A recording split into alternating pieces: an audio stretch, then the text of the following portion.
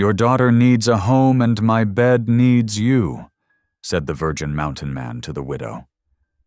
A blizzard tears across the mountains when a starving widow and her shivering daughter stumble to the door of a lonely cabin. Inside waits a man who's never touched a woman, a quiet mountain soul with calloused hands and a heart full of faith. When she pleads for shelter, he looks her in the eyes and says, "Your daughter needs a home, and my bed needs you."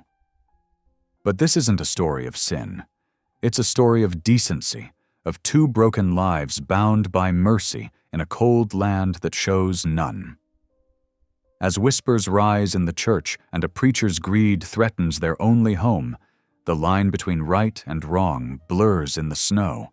A hidden deed, a lost promise, and a storm that could take a child's last breath. Everything they love hangs by a prayer. Will a man who's never known love find the courage to fight for it? And when faith and fire collide on the mountain, who will the Lord spare? Drop a comment below and share which part of the world you're tuning in from today. If you enjoy stories like this, don't forget to subscribe for more. Through the swirling snow, Mary Jo Halstead's wooden wagon creaked and groaned against the brutal Colorado winter. Her hands, raw and chapped from the biting wind, gripped the reins of her struggling oxen while she pressed her daughter Aria closer under the thick wool blanket. The 9-year-old's small frame burned with fever, each labored breath sending fear through Mary Jo's heart. "Just hold on, sweetheart," she whispered, her words carried away by the howling wind. "The Lord won't abandon us out here." The lead ox stumbled, its massive legs trembling with exhaustion. Mary Jo watched in horror as the beast collapsed into the deepening snow, pulling its partner down with it. The wagon lurched to a stop, listing dangerously to one side in a snowdrift. "No, no, please," Mary Jo pleaded, but the ox only bellowed weakly in response. Night was falling fast, turning the white landscape into shades of threatening gray. She looked down at Aria, whose face was flushed with fever despite the bitter cold. Mary Jo pulled her daughter closer, feeling the heat radiating through the girl's clothes. "Dear Father in heaven," she prayed aloud, her voice breaking.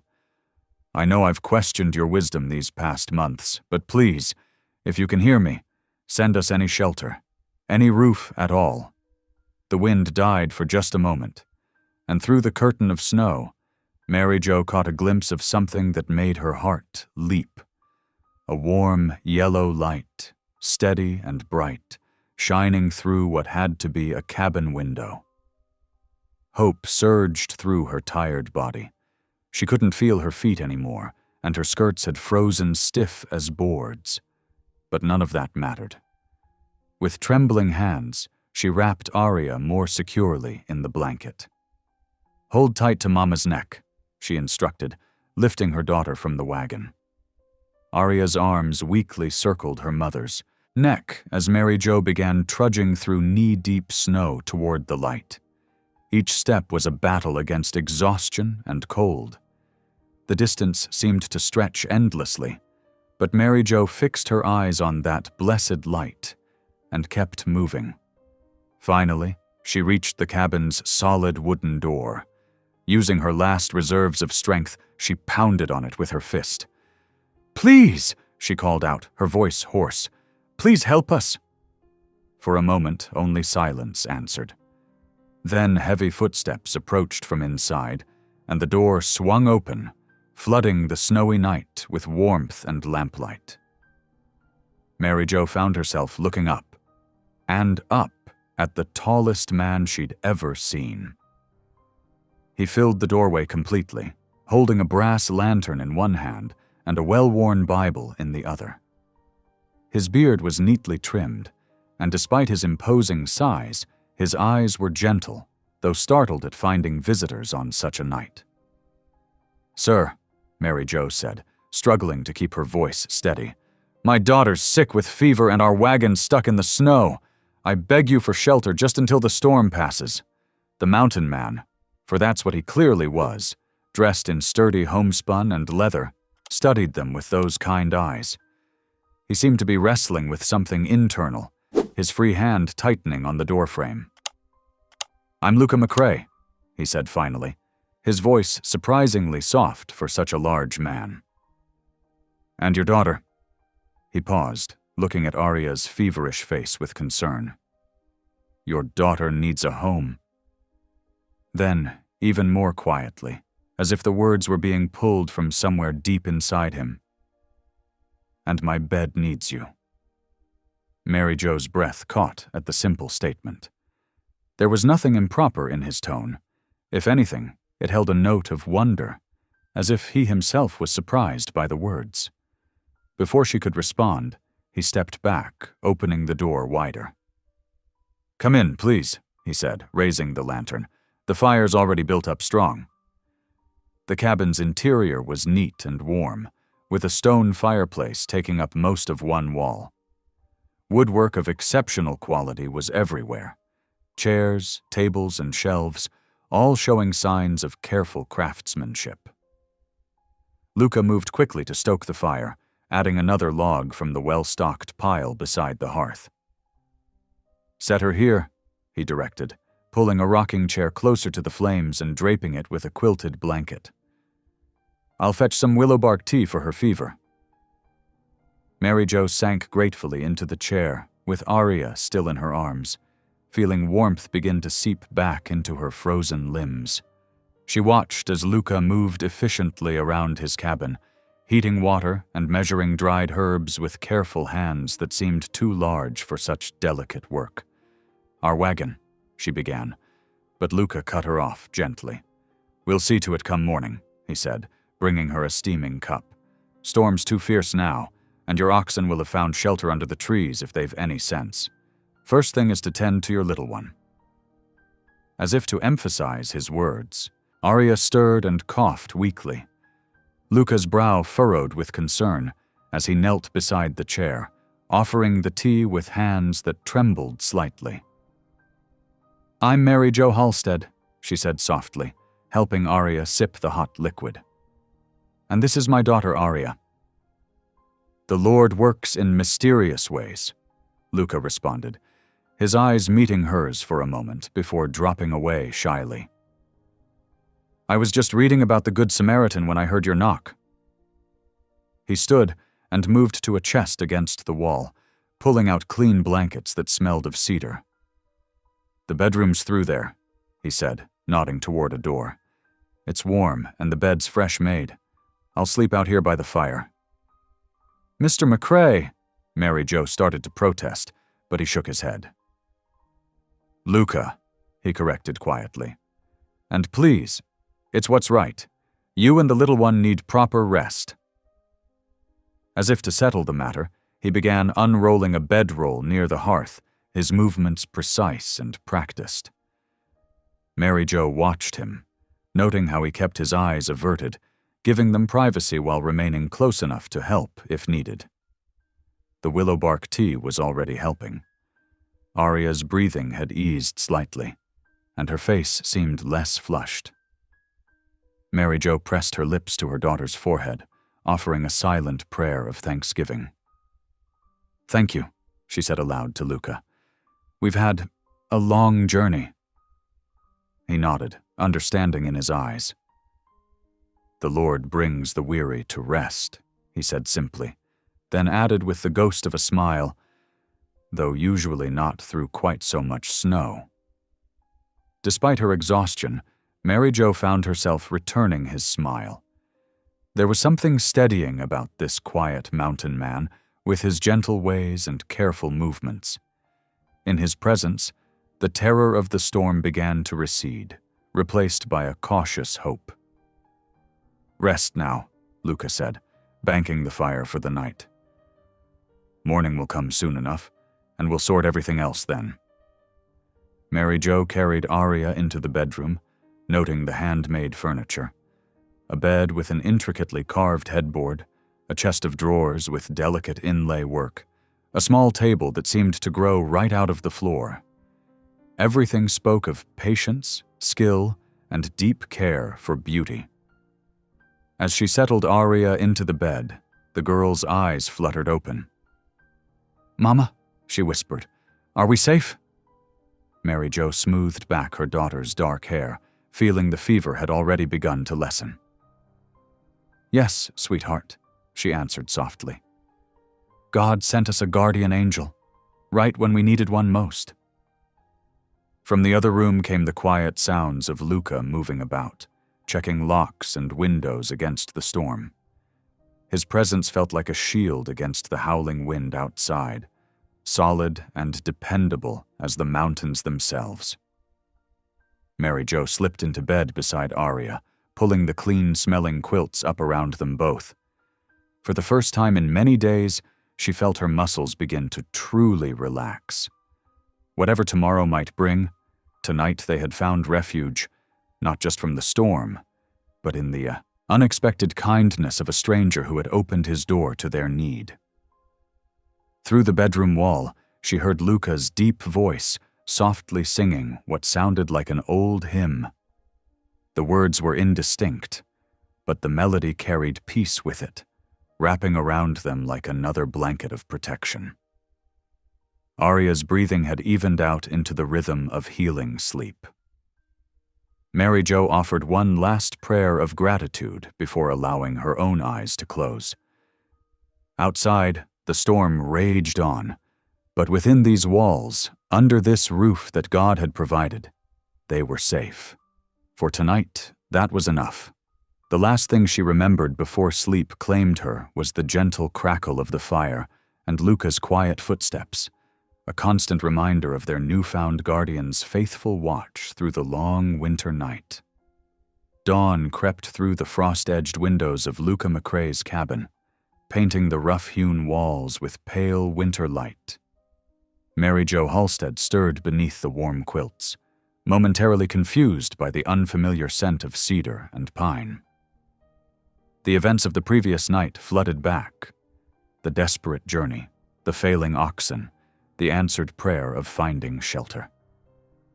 Beside her, Arya slept peacefully, her breathing easy and deep.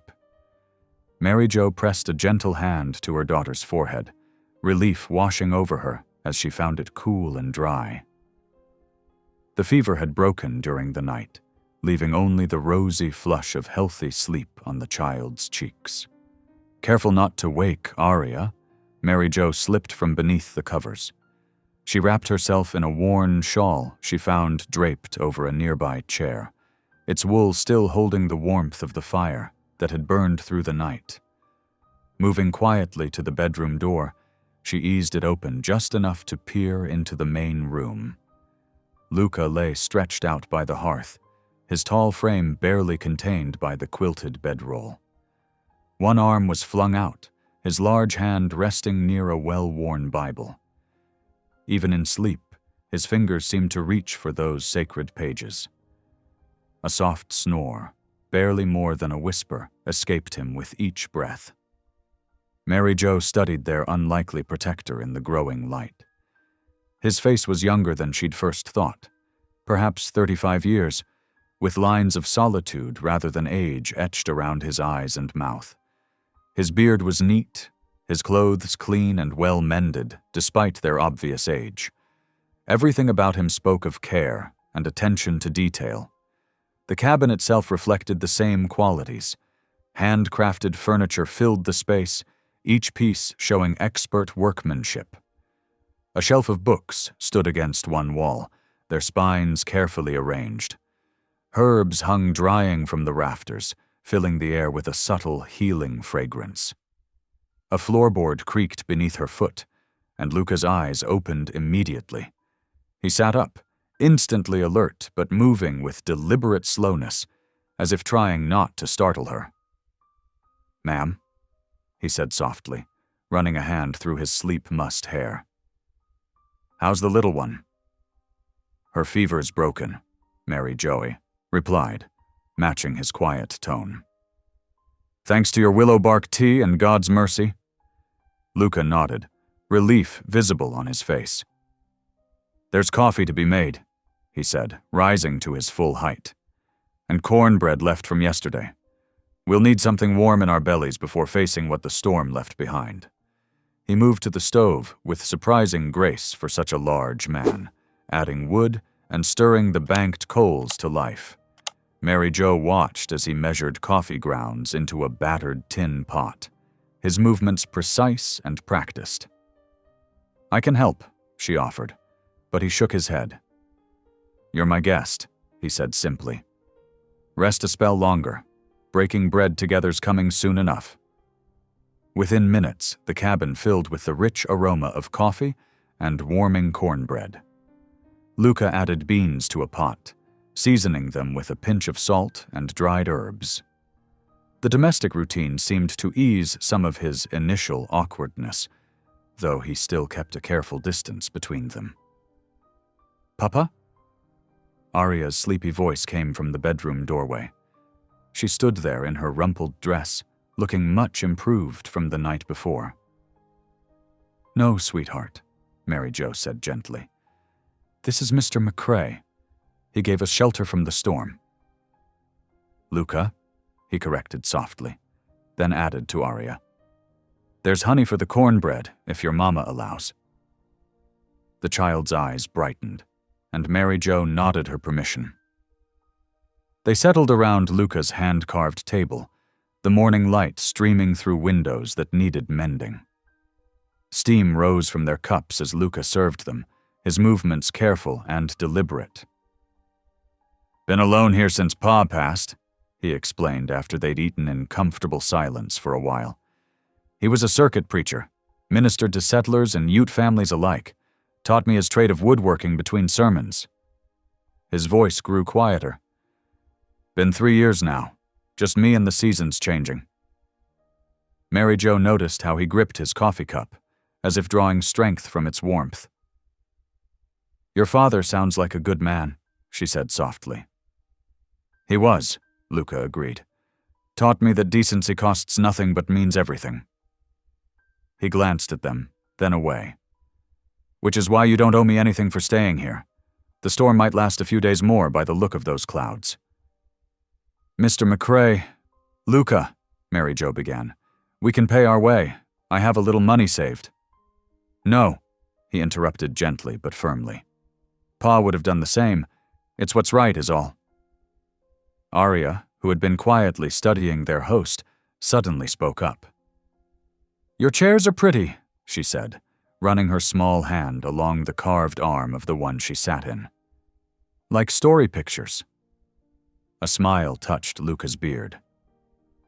"Each one tells a tale," he agreed.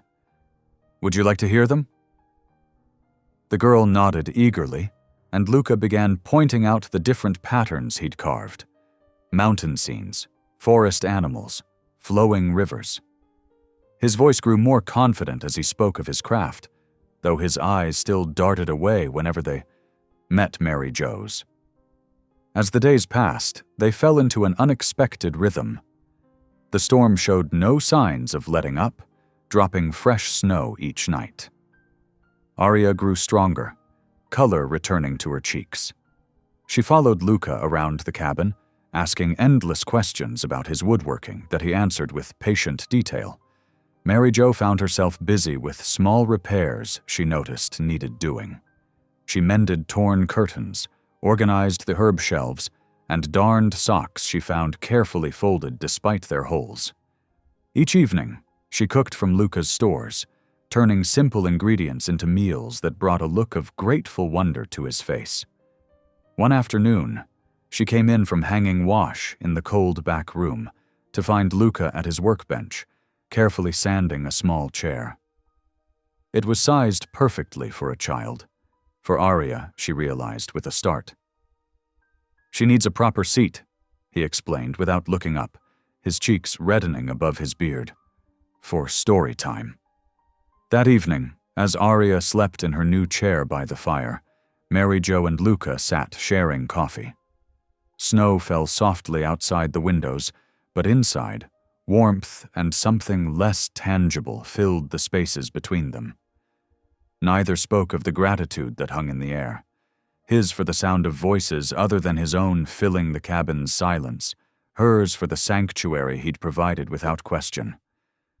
The firelight played across Luca's face as he stared into his cup, and Mary Jo found herself studying him again.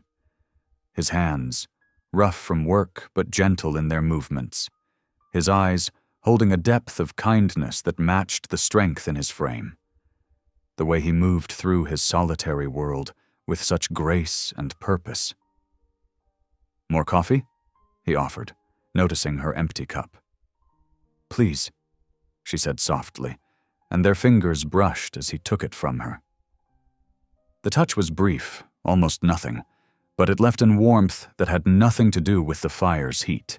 Outside, the snow continued to fall, and within the cabin's walls, something quiet and profound was taking root, like a seed breaking ground in spring, reaching toward light and possibility. After 3 days, the storm finally broke, leaving the mountain world sparkling under fresh snow. The morning sun cast long blue shadows across the drifts as Luca hitched his sturdy mule, Jenny, to the small sleigh he used for winter travels. "Reckon we should check on your wagon first," Luca said, adjusting the harness. "Then head into Bald Eagle Crossing for supplies. You'll be needing things, and I'm running low myself." Mary Jo nodded, drawing her borrowed shawl tighter. "I hope the oxen survived. That poor beast that fell." She trailed off, remembering the terrible night. "We'll see to them," Luca assured her. He helped Arya into the sleigh, tucking warm buffalo robes around her legs. The child's eyes shone with excitement at the prospect of an adventure. They found Mary Jo's wagon half buried in snow, but miraculously, both oxen had survived. The fallen one had managed to struggle up, and they'd found shelter beneath some pines. Luca spent an hour digging out the wagon and checking it for damage. "Praise be," he said, straightening up. "Nothing broken that can't be fixed. We'll come back for it once the pass clears more." The sleigh ride to town took nearly 2 hours, with Luca pointing out landmarks to Arya. A hawk's nest high in a dead pine, deer tracks crossing their path, the glint of ice on distant peaks. Mary Jo found herself relaxing into the peaceful journey until they crested the final ridge and saw Bald Eagle Crossing spread out below them. The town wasn't much, a church, general store, smithy, and a scatter of homes and businesses along one main street. But after the isolation of Luca's cabin, it seemed bustling with activity. As they pulled up in front of the mercantile, Mary Jo became acutely aware of heads turning, conversations stopping mid-sentence. "Land sakes," came a loud whisper. "That's McCrae, and he's got women with him." Luca helped them down from the sleigh, his face impassive, but his jaw set firm. Mary Jo held her head high as they entered the mercantile, though her cheeks burned at the stares following them. Inside, Mrs. Whitaker, the widow who ran the town's seamstress shop, was examining bolts of calico. She looked up as they entered, her thin lips pressing together in obvious disapproval. "Why, Mary Jo Halstead," she said, her voice carrying clearly through the store. "We'd wondered what became of you in that storm." Her eyes flicked meaningfully between Mary Jo and Luca. "Though I must say, a decent woman wouldn't stay up a mountain with a man, no matter the weather." The words struck like physical blows. Mary Jo felt her throat tighten, but she kept her voice steady. "Mr. McCrae saved my daughter's life, Mrs. Whitaker. We had nowhere else to turn." Was the only response, loaded with judgment. Arya, sensing the tension, pressed closer to Luca's side, her small hand clutching his sleeve. He rested his large hand gently on her shoulder, the gesture protective and natural. "Mr. Potter," Luca called to the store owner, his deep voice carrying easily. "I need 3 yards of that blue wool for a girl's dress, and some buttons to match, if you please." He looked down at Arya. "What do you think of that color, little miss?" Arya's face lit up. "It's pretty as the morning sky."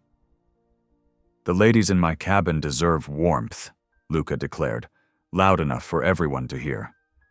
"We'll also need sugar, coffee, flour, and whatever else Miss Halstead requires for proper meals." The storekeeper hurried to fulfill the order, while Mrs. Whittaker sniffed audibly and swept out of the store, the bell jingling sharply behind her. Mary Jo tried to protest when Luca insisted on paying for everything, but he wouldn't hear of it. "You're making my house a home," he said quietly, for her ears alone. "Let me do this much." They loaded their purchases into the sleigh under the watchful eyes of townsfolk who had found reasons to linger nearby.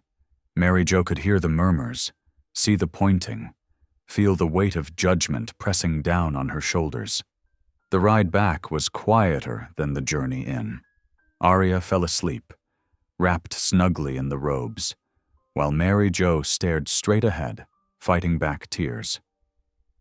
The sun was setting by the time they reached the cabin, painting the snow-covered mountains in shades of rose and gold. After they'd carried everything inside and Luca had seen to Jenny, he found Mary Jo in the kitchen, tears sliding silently down her cheeks as she put away supplies. "Their words can't touch the truth," he said softly, standing in the doorway. "God knows what happened that night. He knows there's nothing here but decency and mercy." Mary Jo wiped her eyes with trembling fingers. "But they'll talk. They'll spread tales. Your reputation—" "Means less to me than doing right," Luca interrupted gently. "My father taught me that God's opinion matters more than man's, and I reckon he's more concerned with whether we show kindness than whether we keep up appearances." "You didn't have to defend us," Mary Jo whispered. "Yes, I did." Luca's voice was firm. "You and Aria are under my roof, which makes you my responsibility. I won't have anyone questioning your honor or suggesting shame where there is none." He moved to the stove, adding wood to build up the fire. "Besides," he continued, his back to her, "having you both here, it's brought life back to these walls. I didn't realize how quiet it had gotten until I heard Aria's laugh echo through the rooms."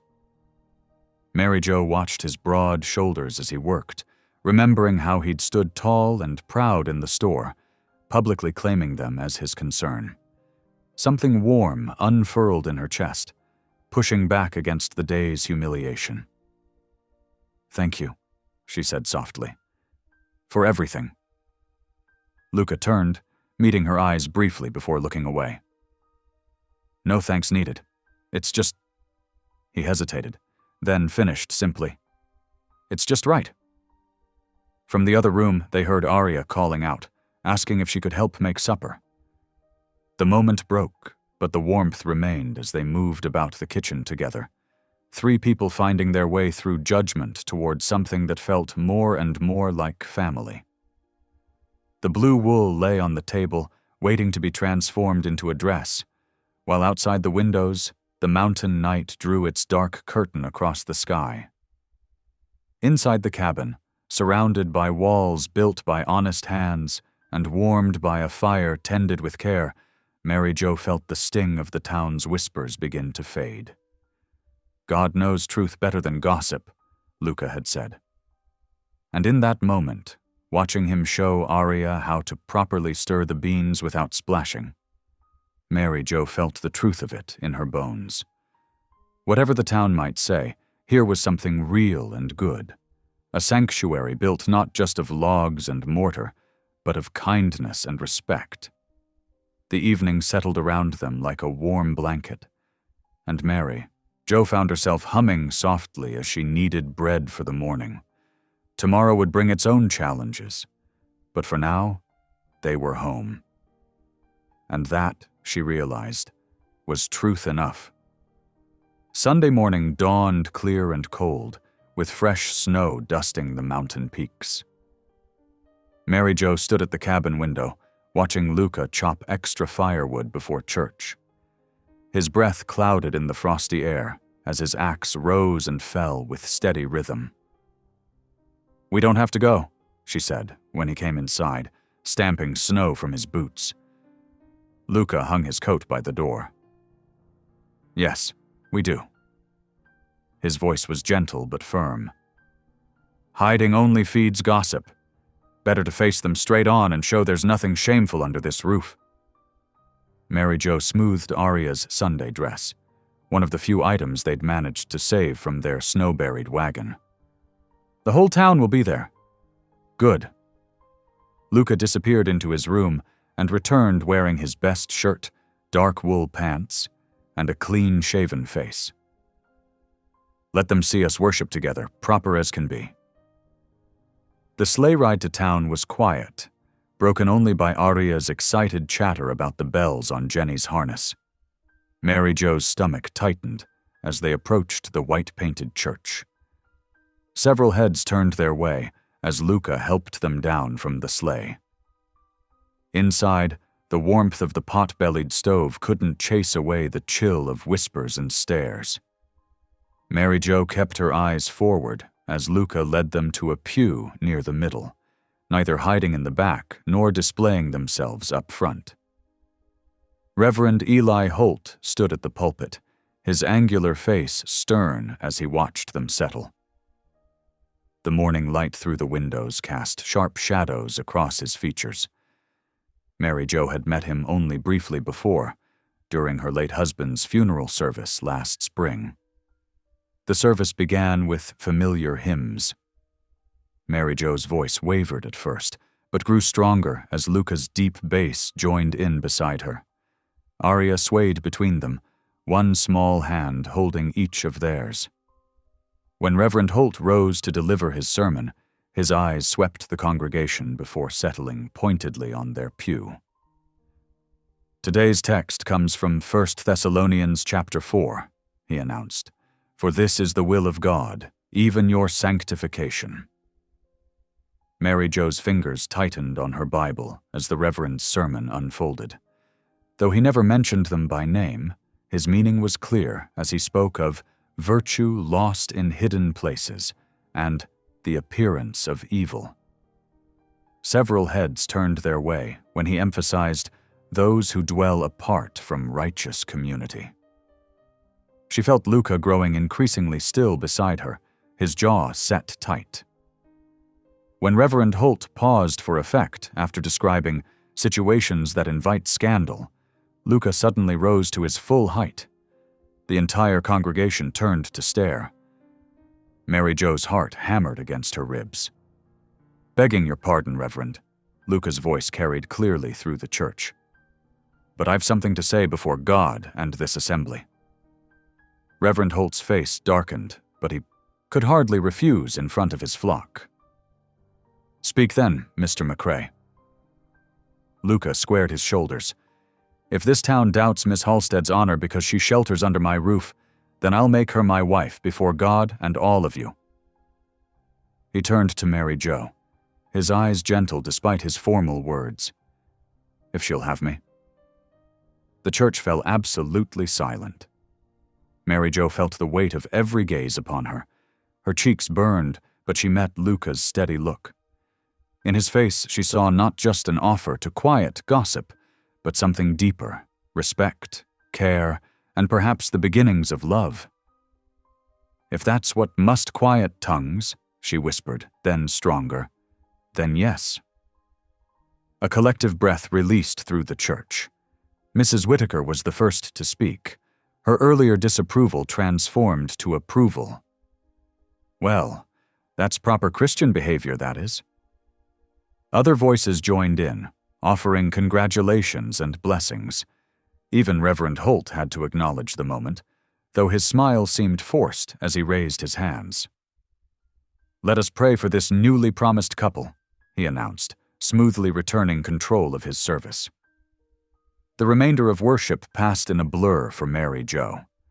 Aria bounced excitedly in her seat, while Luca sat tall beside them, radiating quiet certainty. As they filed out afterward, several townspeople pressed close to shake hands and welcome them properly into the community. You must stay for Sunday supper, Mrs. Potter insisted, her husband nodding beside her. The whole town will want to celebrate.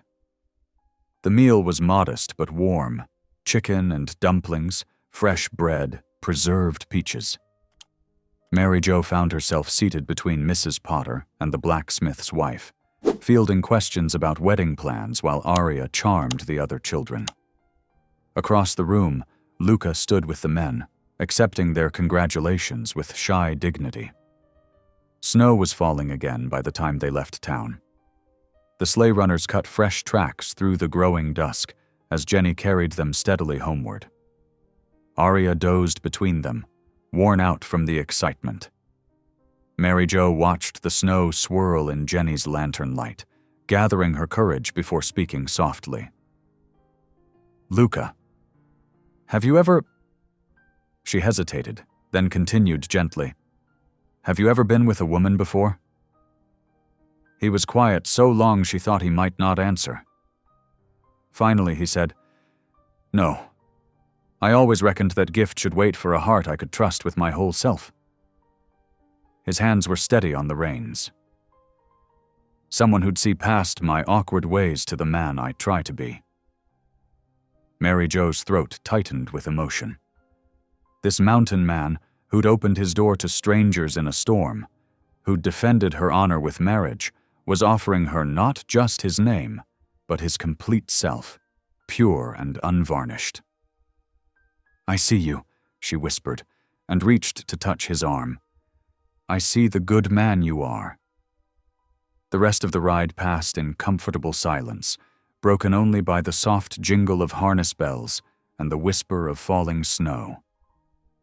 The cabin. Windows glowed with welcome ahead, and Mary Jo felt peace settle over her heart. Whatever challenges lay ahead, they would face them together. No longer strangers thrown together by circumstance, but a family choosing to build something true and lasting. When Luca lifted a sleeping Arya from the sleigh, Mary Jo caught a glimpse of the future. Not just shelter from storms, but a home filled with love and trust. As they crossed the threshold together, she sent up a silent prayer of gratitude for the mercy that had led them to this place, this moment, this man. The mountain winter softened its grip as the week passed. Patches of blue sky peeked through the clouds, and icicles dripped steadily from the cabin's eaves. Inside, Mary Jo sat at the rough-hewn table, threading a needle through the hem of her best dress. She'd let it out an inch to fall more properly, wanting to look right for tomorrow's ceremony. "Mama, can I try it on again?" Arya bounced on her toes beside the bed where the dress lay spread out. Mary Jo smiled, tying off her thread. "Not till morning, sweet one. We don't want it getting mussed before Justice Wheeler arrives." Luca's heavy boots creaked on the porch outside. He always seemed to make extra noise approaching the cabin these days, giving them warning. The door opened, bringing a gust of crisp air and the scent of pine. "Got the ring finished," he said quietly, holding out a small wooden box. His cheeks were pink from more than just the cold. Mary Jo set aside her sewing and opened the carved container. Inside lay a simple band of polished silver, salvaged from an old coin Luca had carefully worked into shape. Her throat tightened at the sight. "It's perfect," she whispered. Arya peered into the box. "Did you make it yourself, Mr. Luca?" "Indeed I did," he smiled at the child. "Took some doing to get it round and smooth, but a wedding ring should be crafted with care." The next morning dawned clear and cold. Mary Jo stood before the small mirror, pinning up her dark hair while Arya practically vibrated with excitement in her freshly pressed dress. "You look like an angel, Mama," the girl declared. Mary Jo touched her cheeks, flushed with more than just the winter air. The dress wasn't new. She'd worn it to church suppers back east, but she'd cleaned and pressed it carefully. A bit of lace at the collar and cuffs gave it a festive air. The crunch of wagon wheels on snow announced Justice Wheeler's arrival. He was a stout man with kind eyes, dressed in his official black coat. Behind him rode Reverend Holt. his presence a reminder that even simple ceremonies needed proper witnessing. Luca met them outside, formal in his Sunday clothes.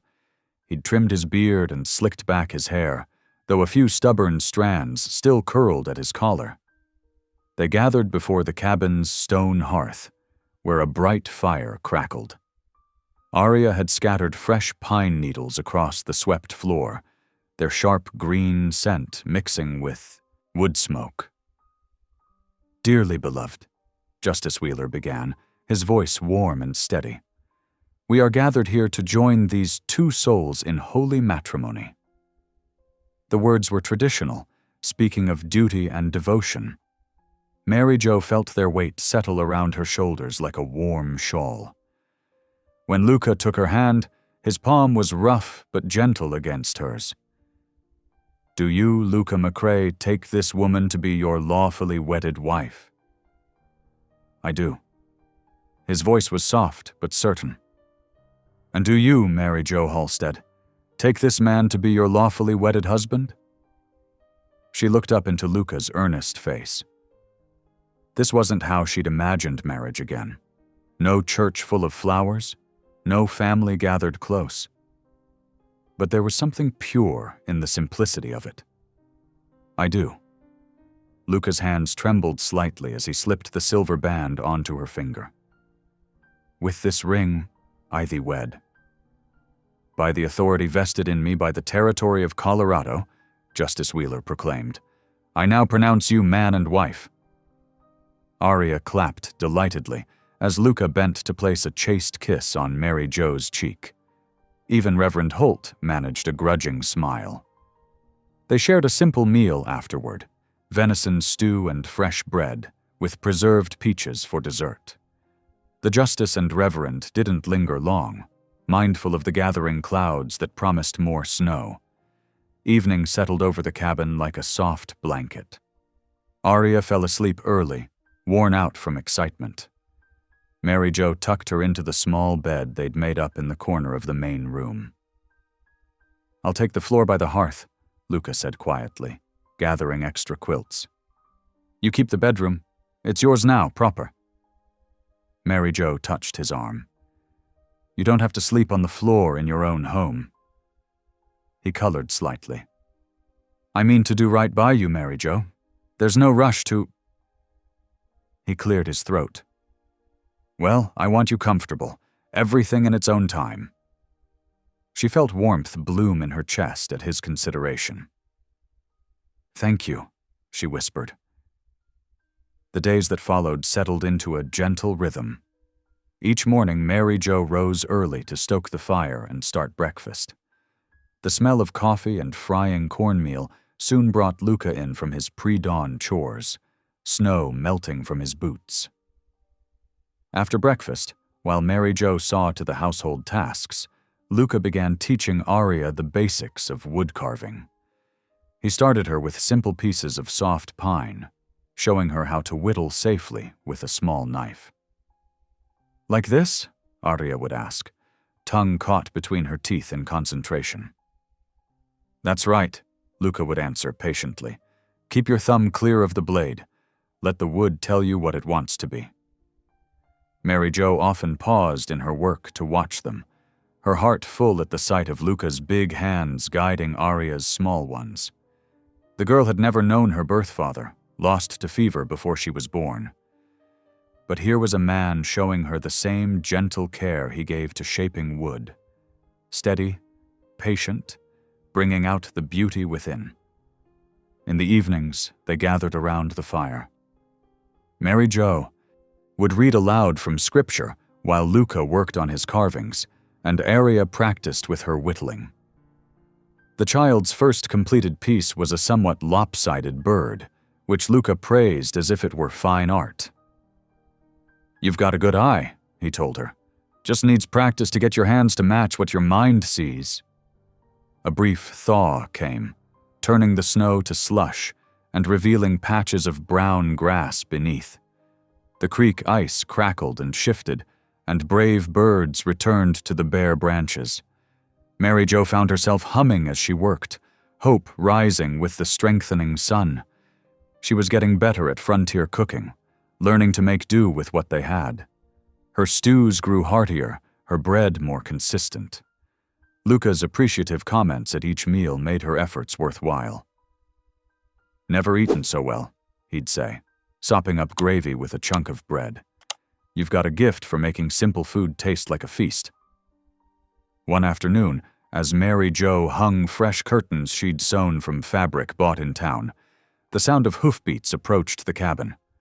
A courier on horseback pulled up, his mount blowing steam in the cold air. "McCrae residence?" he called. Luca stepped out onto the porch.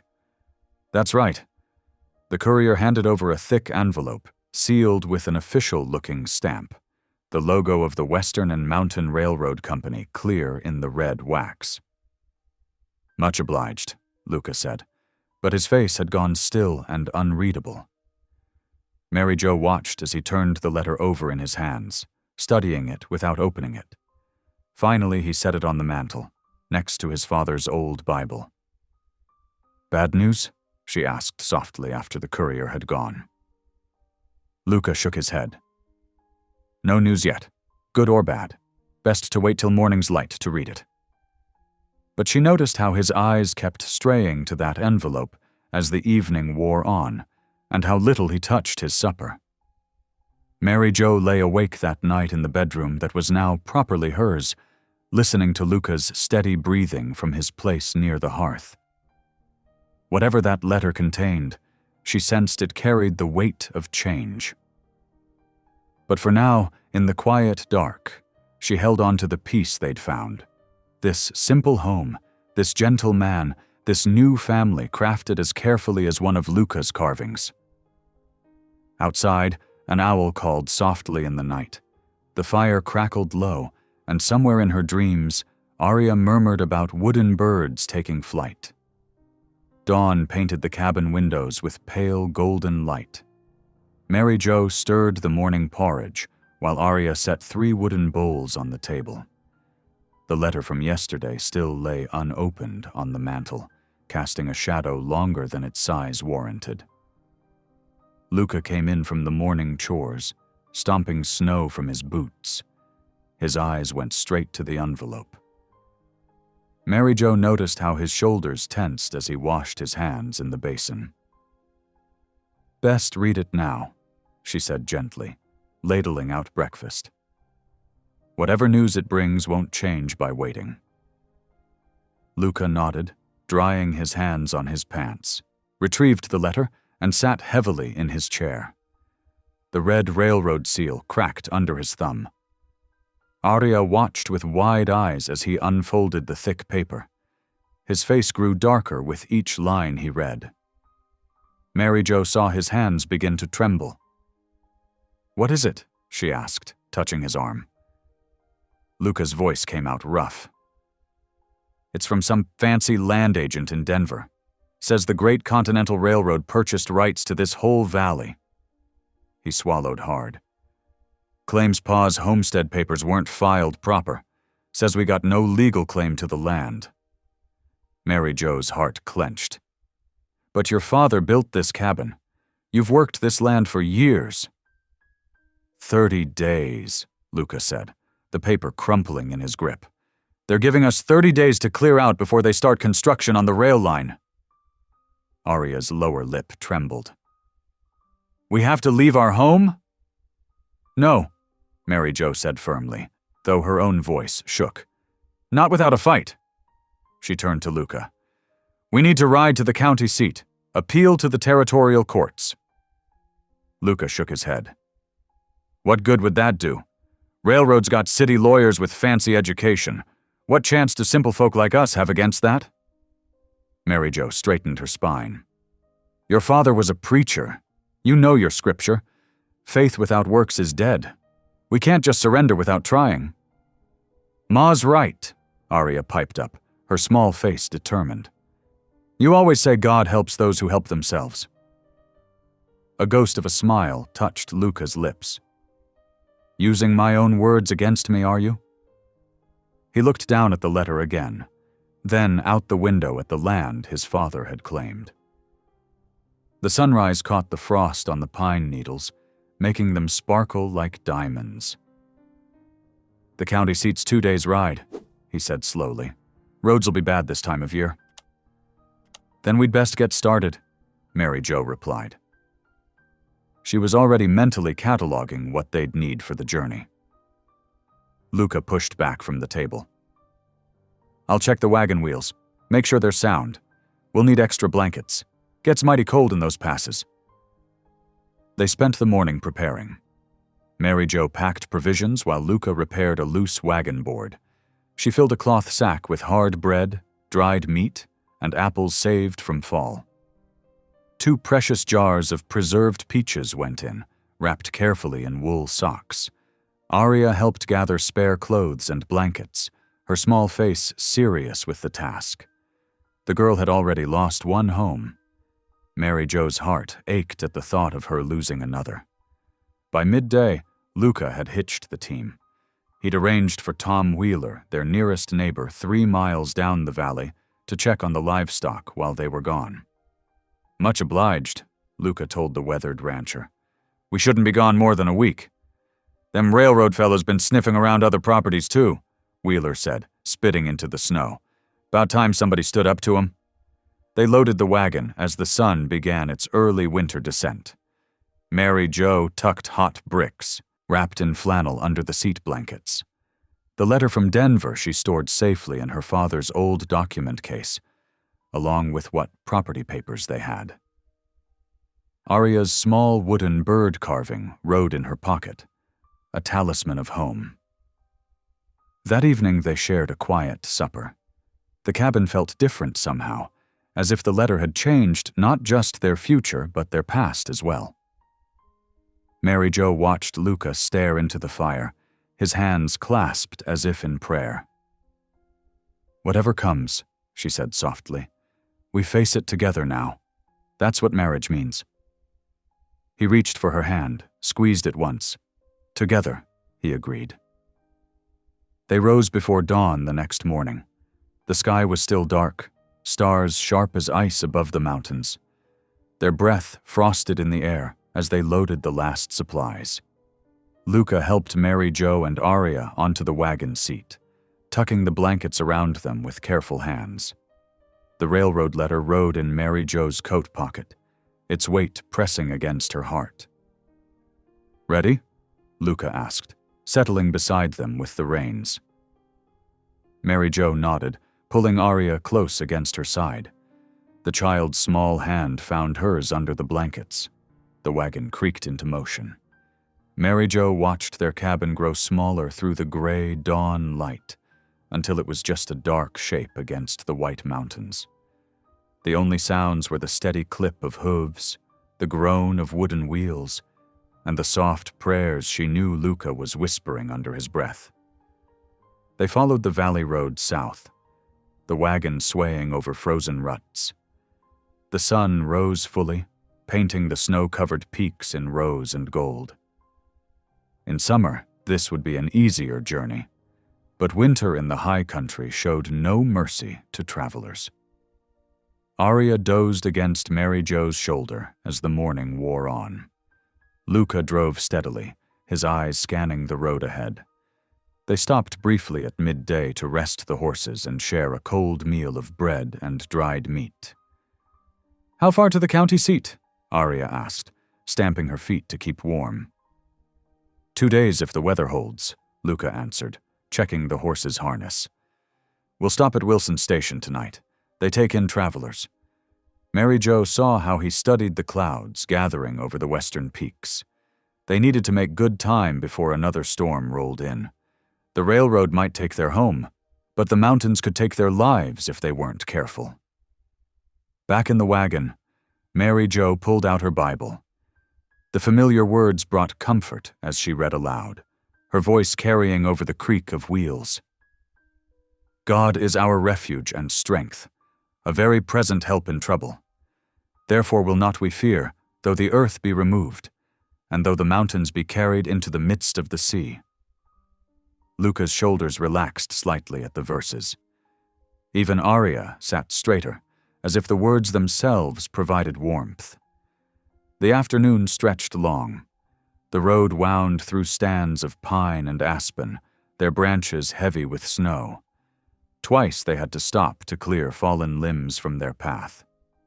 Mary, Joe's feet grew numb despite the hot bricks, but she didn't complain. This journey was about more than comfort.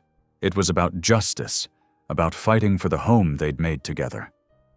The sun was setting when they finally spotted Wilson Station, a cluster of log buildings in a protected valley. Smoke rose from multiple chimneys, promising warmth and hot food. "Thank the Lord," Luca murmured, guiding the tired horses towards the stable. Inside the main building, they found several other travelers gathered around a huge stone fireplace. The station keeper's wife, a motherly woman named Sarah, served them bowls of hot bean soup and cornbread. "Railroad men passed through last week," she told them as they ate, "talking big about progress and civilization, but seems to me there's nothing civilized about taking folks' homes." Mary Jo saw Luca's jaw tighten. She touched his arm gently. "We'll state our case," she said. "That's all anyone can do." They were given a small room with a narrow bed. Arya curled up between them like a cat, asleep almost instantly. Mary Jo lay awake, listening to the wind in the pines outside. Beside her, she felt Luca's steady breathing, but knew he wasn't sleeping either. "What if we lose?" he whispered finally. "Then we'll face that too," she answered. "Together." He reached for her hand in the darkness. They lay there, fingers intertwined, while the fire died down and the station grew quiet around them. Outside, snow began to fall again, soft and steady, covering their wagon tracks like the past being slowly erased. But they weren't looking back anymore. Tomorrow they would continue south, toward the county seat and whatever justice they might find there. They carried with them their faith, their determination, and most importantly, each other. The morning would bring what it would bring. For now they had shelter, warmth, and hope, and sometimes, Mary Jo thought as sleep finally came, that had to be enough. The winter sun hung low on the horizon as they searched for a suitable camping spot. Luca guided the wagon off the main trail, following the sound of rushing water until they found a sheltered hollow beside a frozen stream. Thick pines provided some protection from the bitter wind that had dogged them all afternoon. "This'll do," Luca said, pulling the horses to a stop. "Stream means we can water the horses once we break through the ice." Mary Jo helped Arya down from the wagon while Luca unhitched the team. Her legs felt stiff from the long day's journey, and she stamped her feet to restore circulation. The cold bit through her wool stockings. "Can I help gather firewood?" Arya asked, already eyeing the fallen branches nearby. "Stay where I can see you," Mary Jo cautioned, "and mind the ice near the stream." While Luca tended to the horses, Mary Jo and Arya collected an armload of dry wood. The girl seemed energized by the task, her cheeks pink with cold and excitement. This was an adventure to her, Mary Jo realized, not the desperate journey it felt like to the adults. Luca soon had a fire crackling, the flames casting dancing shadows on the snow. He positioned their wagon to block the worst of the wind, then helped Mary Jo set up their small camp kitchen. She hung their iron cooking pot over the flames, while Luca fetched water from a hole he'd broken in the stream ice. "Beans'll stick to our ribs," he said, measuring dried beans into the pot. Mary Jo added salt pork and the last onion from their stores. The familiar smell of cooking food began to fill their little camp. Arya spread blankets near the fire, making a nest for herself while they waited for supper.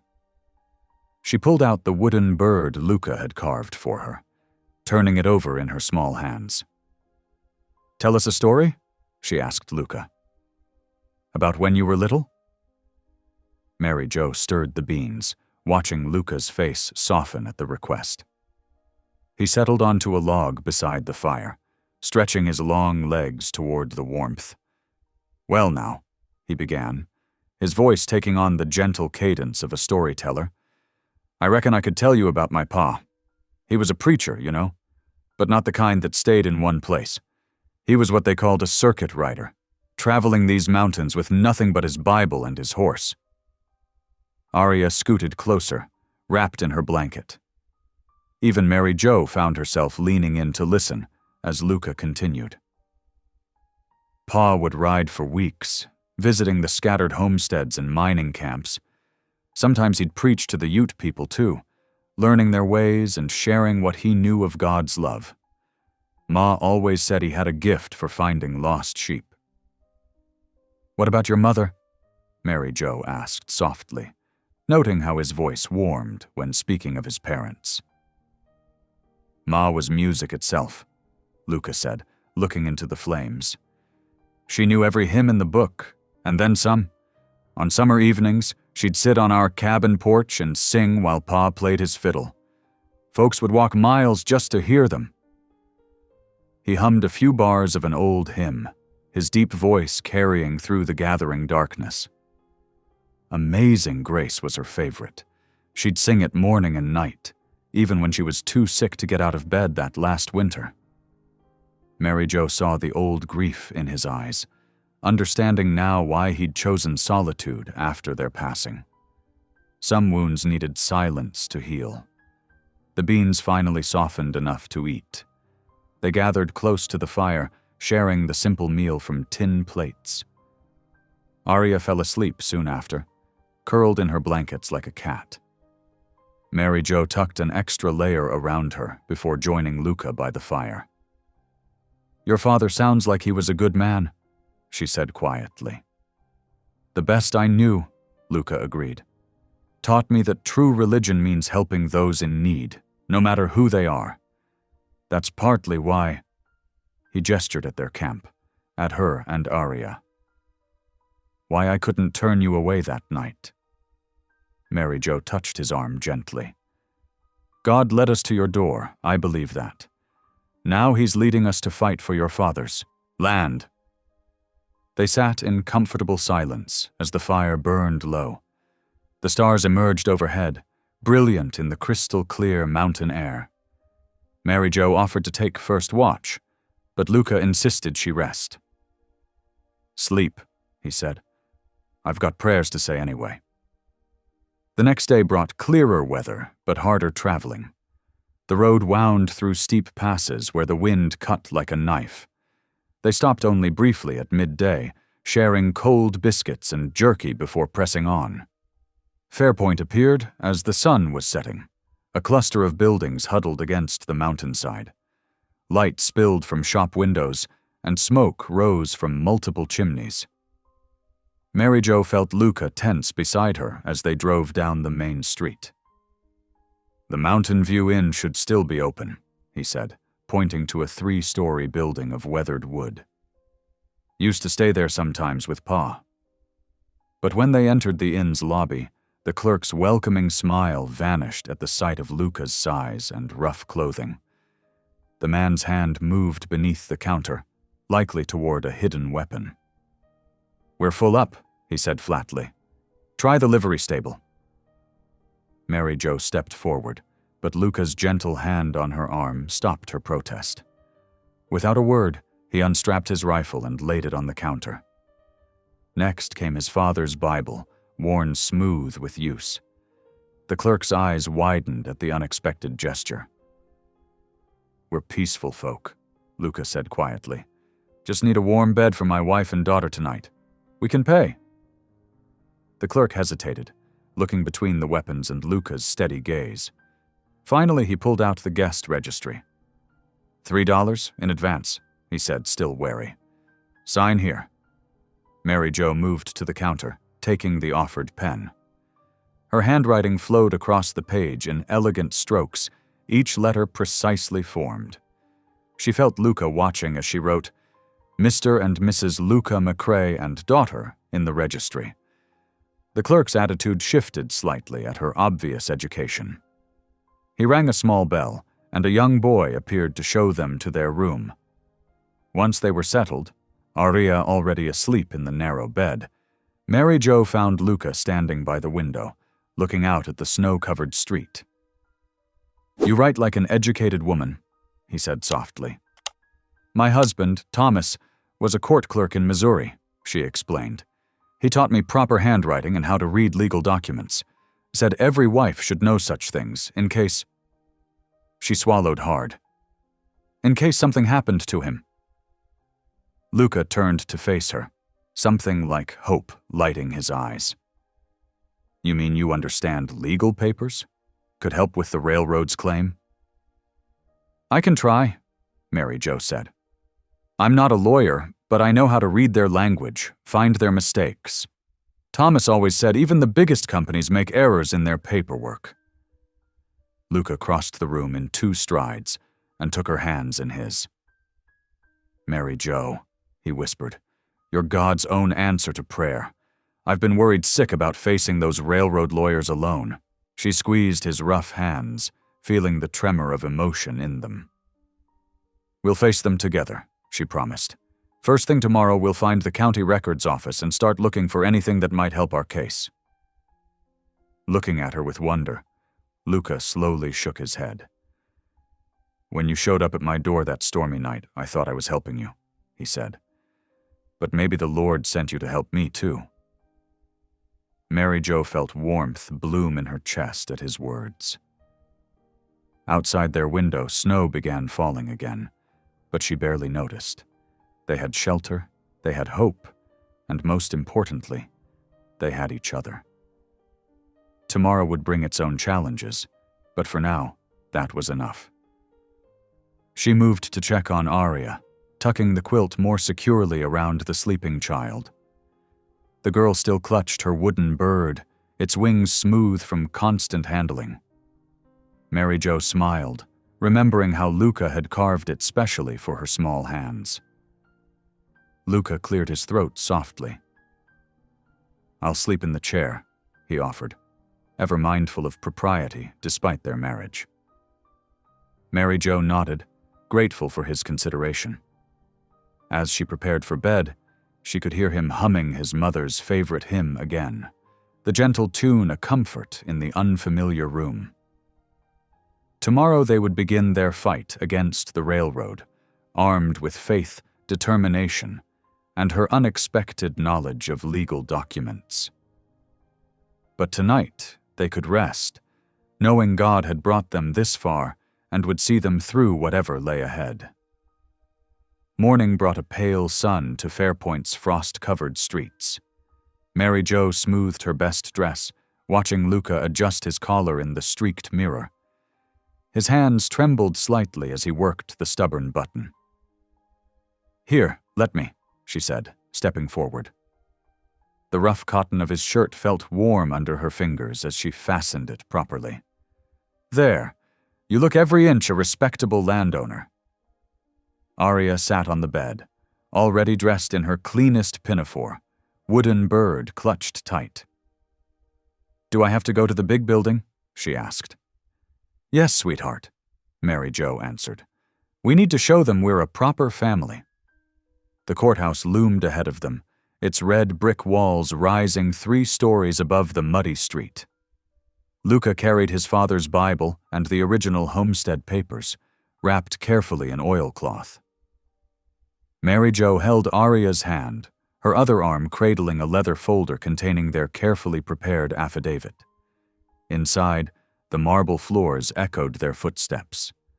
The air smelled of dust and old paper. A clerk looked up from his desk, peering at them through wire-rimmed spectacles.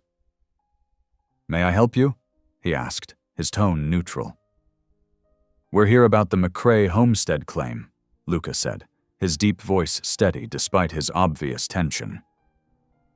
"Got notice the railroad's claiming our land." The clerk shuffled through a stack of documents. "Ah, yes, the Great Continental Railroad petition. Quite a strong case they've presented. Sponsored by Reverend Eli Holt himself," Luca's face drained of color. His fingers tightened on the Bible until his knuckles showed white. Mary Jo touched his arm, feeling the tremor that ran through him. "Reverend Holt?" he whispered. The clerk nodded, oblivious to Luca's distress. "Oh yes, he's their moral spokesman now. Carries considerable influence with the board. Says the railroad will bring progress, civilization." He glanced up, finally noting Luca's expression. "You know him?" Luca swallowed hard. "He knew my father. They had differences." Mary Jo stepped forward, opening her folder. "We have our response here. A formal affidavit asserting the McCrae family's prior claim to the land, with supporting documents." The clerk accepted the papers, eyebrows rising at the neat handwriting. He read through the first page, nodding slowly. "This is well prepared," he admitted. "I'll file it today. But I should warn you, Reverend Holt's word carries significant weight with the board. They tend to favor progress over tradition." "Truth should carry more weight than any man's word," Luca said quietly. They turned to leave, Aria between them. At the courthouse doors, Mary Jo asked softly, "What happened between Reverend Holt and your father?" Luca's jaw tightened. "Pa ministered to everyone in these mountains, settlers, miners, Ute families, taught that God's love knows no boundaries. Reverend Holt?" He shook his head. "He called Pa a defender of heathens, said he was corrupting true faith by reaching out to the Ute people, had him removed from the church." Before Mary Jo could respond, a familiar voice cut through the morning air. "Well, if it isn't the hermit of Eagle Mountain." Reverend Holt stood on the courthouse steps, his black coat pristine, silver watch chain gleaming. And his household. The way he said the word made Mary Jo's cheeks burn. Luca's hand found hers, steady and warm. "Good morning, Reverend," Luca said evenly. Holt's lips curved in a cold smile. "Still hiding in your father's shame, I see, though now you've added new sin to old." His eyes raked over Mary Jo and Aria. "For the lips of a strange woman drop as an honeycomb, and her mouth is smoother than oil." "We're properly married," Mary Jo said, lifting her chin, "before God and witnesses." "After how long alone in that cabin?" Holt's voice dripped poison. "The Lord knows what passes in hidden places. The way of the wicked is as darkness. They know not at what they stumble." Luca took a step forward, his size suddenly apparent. But Mary Jo tightened her grip on his hand, feeling his pulse race. "Don't," she whispered. "He's not worth it." Holt smirked, clearly hoping for a reaction. "The railroad will bring light to these dark mountains. Progress cannot be stopped by primitive attachments." Luca drew a deep breath. Without a word, he turned away, guiding Mary Jo and Aria down the steps. They walked in silence through the crowded street, Aria clinging to both their hands. Back at the inn, Mary Jo tucked Aria into bed for an afternoon nap. The girl was exhausted from the morning's tensions. Luca stood at the window, staring out at nothing. "He's a bitter man," Mary Jo said softly, "using scripture as a weapon instead of comfort. Just like with Pa." Luca's voice was rough. "Using God's word to justify taking what isn't his. The railroad's probably paying him well." Mary Jo knelt beside the bed, clasping her hands. "Dear Lord," she prayed aloud, "you who exalt the humble and bring low the proud, look upon us now. Give us strength to stand for truth against those who would twist your word for gain. Help us remember that vengeance is yours alone." Luca knelt beside her, his large hand covering both of hers. "Amen," he whispered. They stayed that way for a long moment, the room quiet except for Aria's soft breathing. Outside, church bells rang for evening service, their sound carrying across the town. Mary Jo thought of Holt standing in his pulpit, preaching progress while plotting to steal their home. "We'll fight him," she said firmly. "Not with fists or angry words, but with truth and law. The land is yours by right. God knows it, and we'll prove it." Luca nodded slowly. "Pa would have said the same. He always taught me to answer hatred with patience." He smiled slightly. "Though I reckon his patience got tested plenty with Reverend Holt." "The Lord works in mysterious ways," Mary Jo said. "Maybe he brought us together not just for shelter from a storm, but for this fight too. My reading and writing, your father's rightful claim, together they're stronger than Holt's false words." "You're right." Luca squeezed her hands gently. "When I saw him today, I wanted to defend Pa's memory with my fists, but that would have just proved him right about us being primitive." He looked at their joined hands. "Your way is better. Fighting with truth instead of anger." Mary Jo felt warmth bloom in her chest at his words. Here was the gentle soul she'd glimpsed that first night, when he'd opened his door to strangers in a storm. A man whose strength lay not in violence, but in steadfast kindness. "We should rest," she said softly. "Tomorrow we'll need to start gathering statements from other homesteaders, building our case. The railroad may have money and influence, but we have community and truth on our side." Luca rose, helping her to her feet. "I'll see if the general store has more paper and ink. We'll need it for taking down testimonies." As he moved to the door, Mary Jo caught his arm. "Luca, thank you for walking away today. It showed more courage than any fight would have." He smiled, touched her cheek briefly with rough fingers. "Get some rest. Tomorrow's another day in God's hands." Mary Jo watched him go, then lay down beside Aria. The girl curled against her instinctively, still clutching her wooden bird. Outside, the sun was setting behind the mountains, painting the sky in shades of gold and purple. She thought of Holt's sneering face, his twisted scripture, his greed masked as progress. But rather than anger, she felt pity. What emptiness must live in a heart that used God's love as a weapon? She closed her eyes, letting peace settle over her. They would fight this battle with truth, patience, and faith. And in the end, she believed, justice would prevail. God's timing was not always swift, but it was always perfect.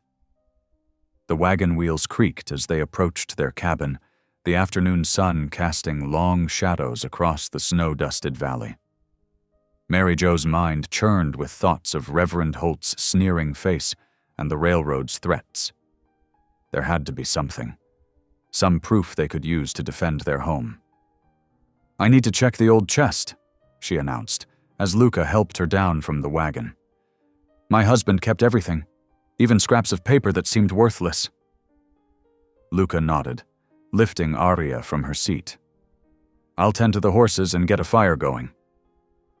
Mary Jo hurried to the back of the wagon, where the battered chest sat beneath a canvas tarp. Her fingers traced the worn brass latches before lifting the heavy lid. The familiar musty scent of old paper and leather rose up, bringing memories of her first husband bent over his clerk's desk, carefully recording each document that crossed his path.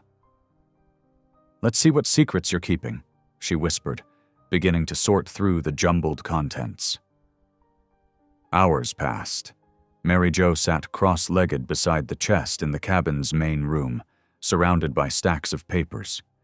Many were damaged by water or age, the ink faded to near invisibility. Aria played quietly with her wooden animals by the hearth, while Luca prepared a simple supper of beans and cornbread.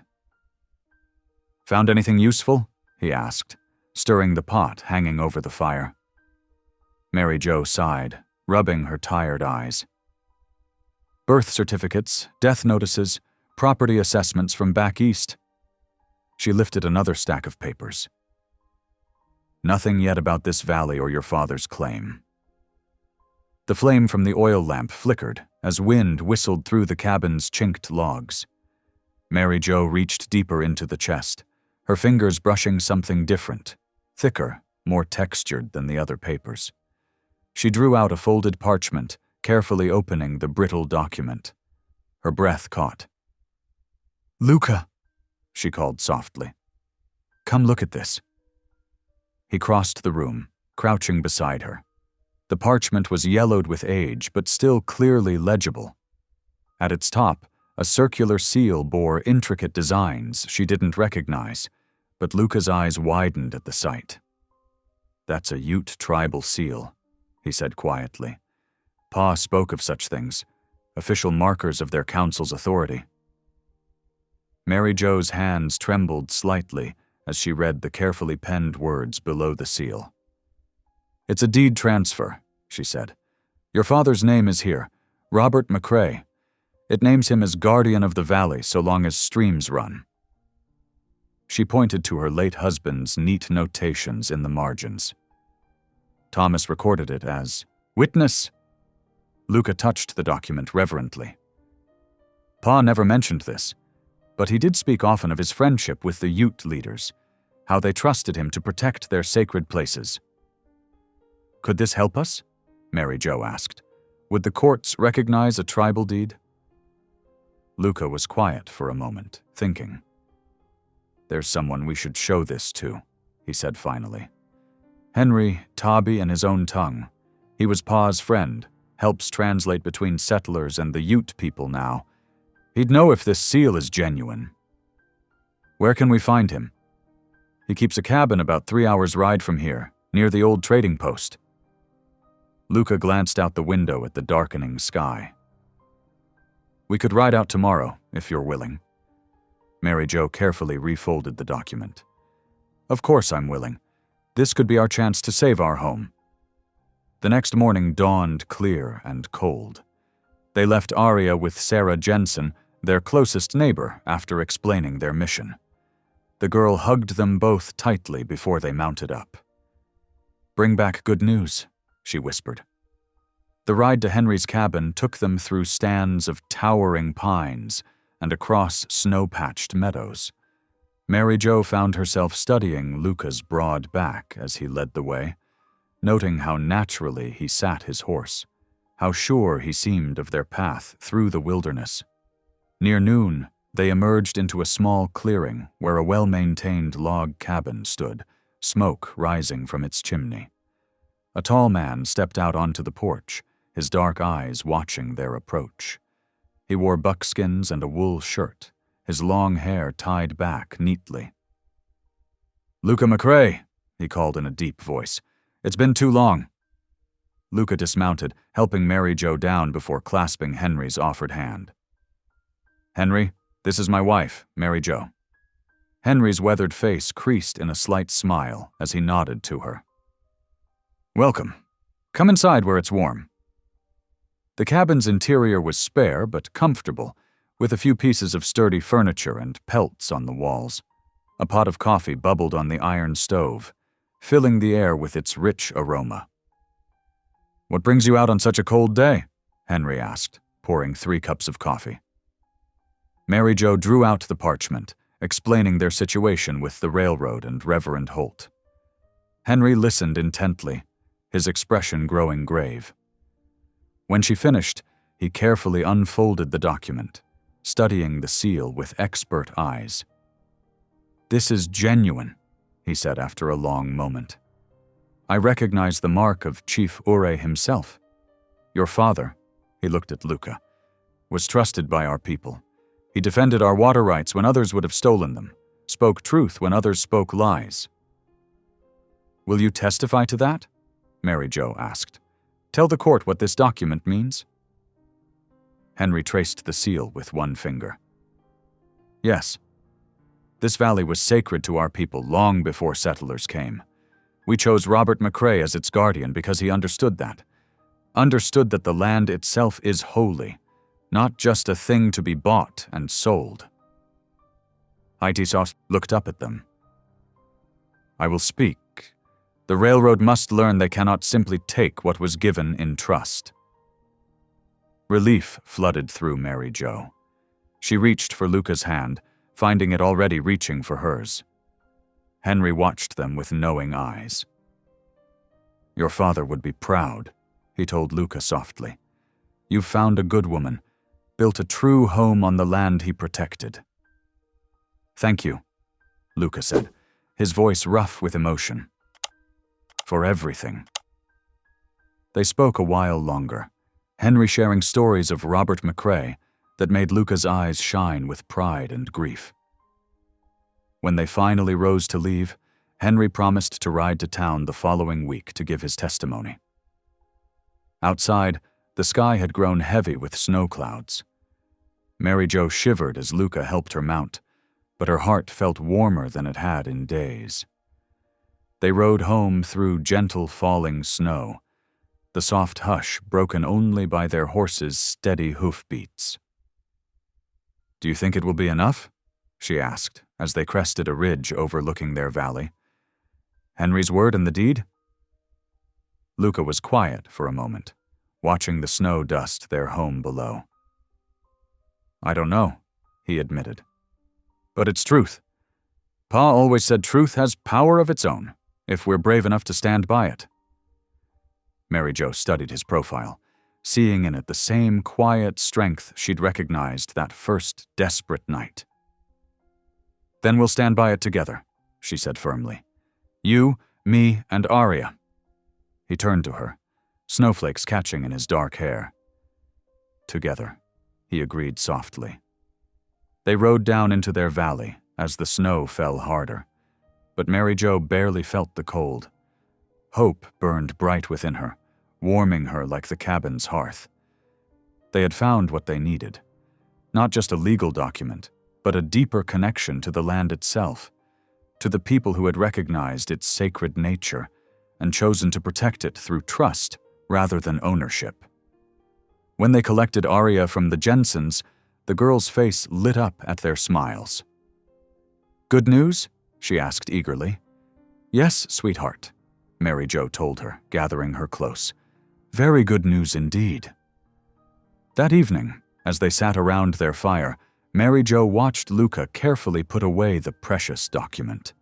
His hands, so large and strong, treated the parchment with infinite gentleness.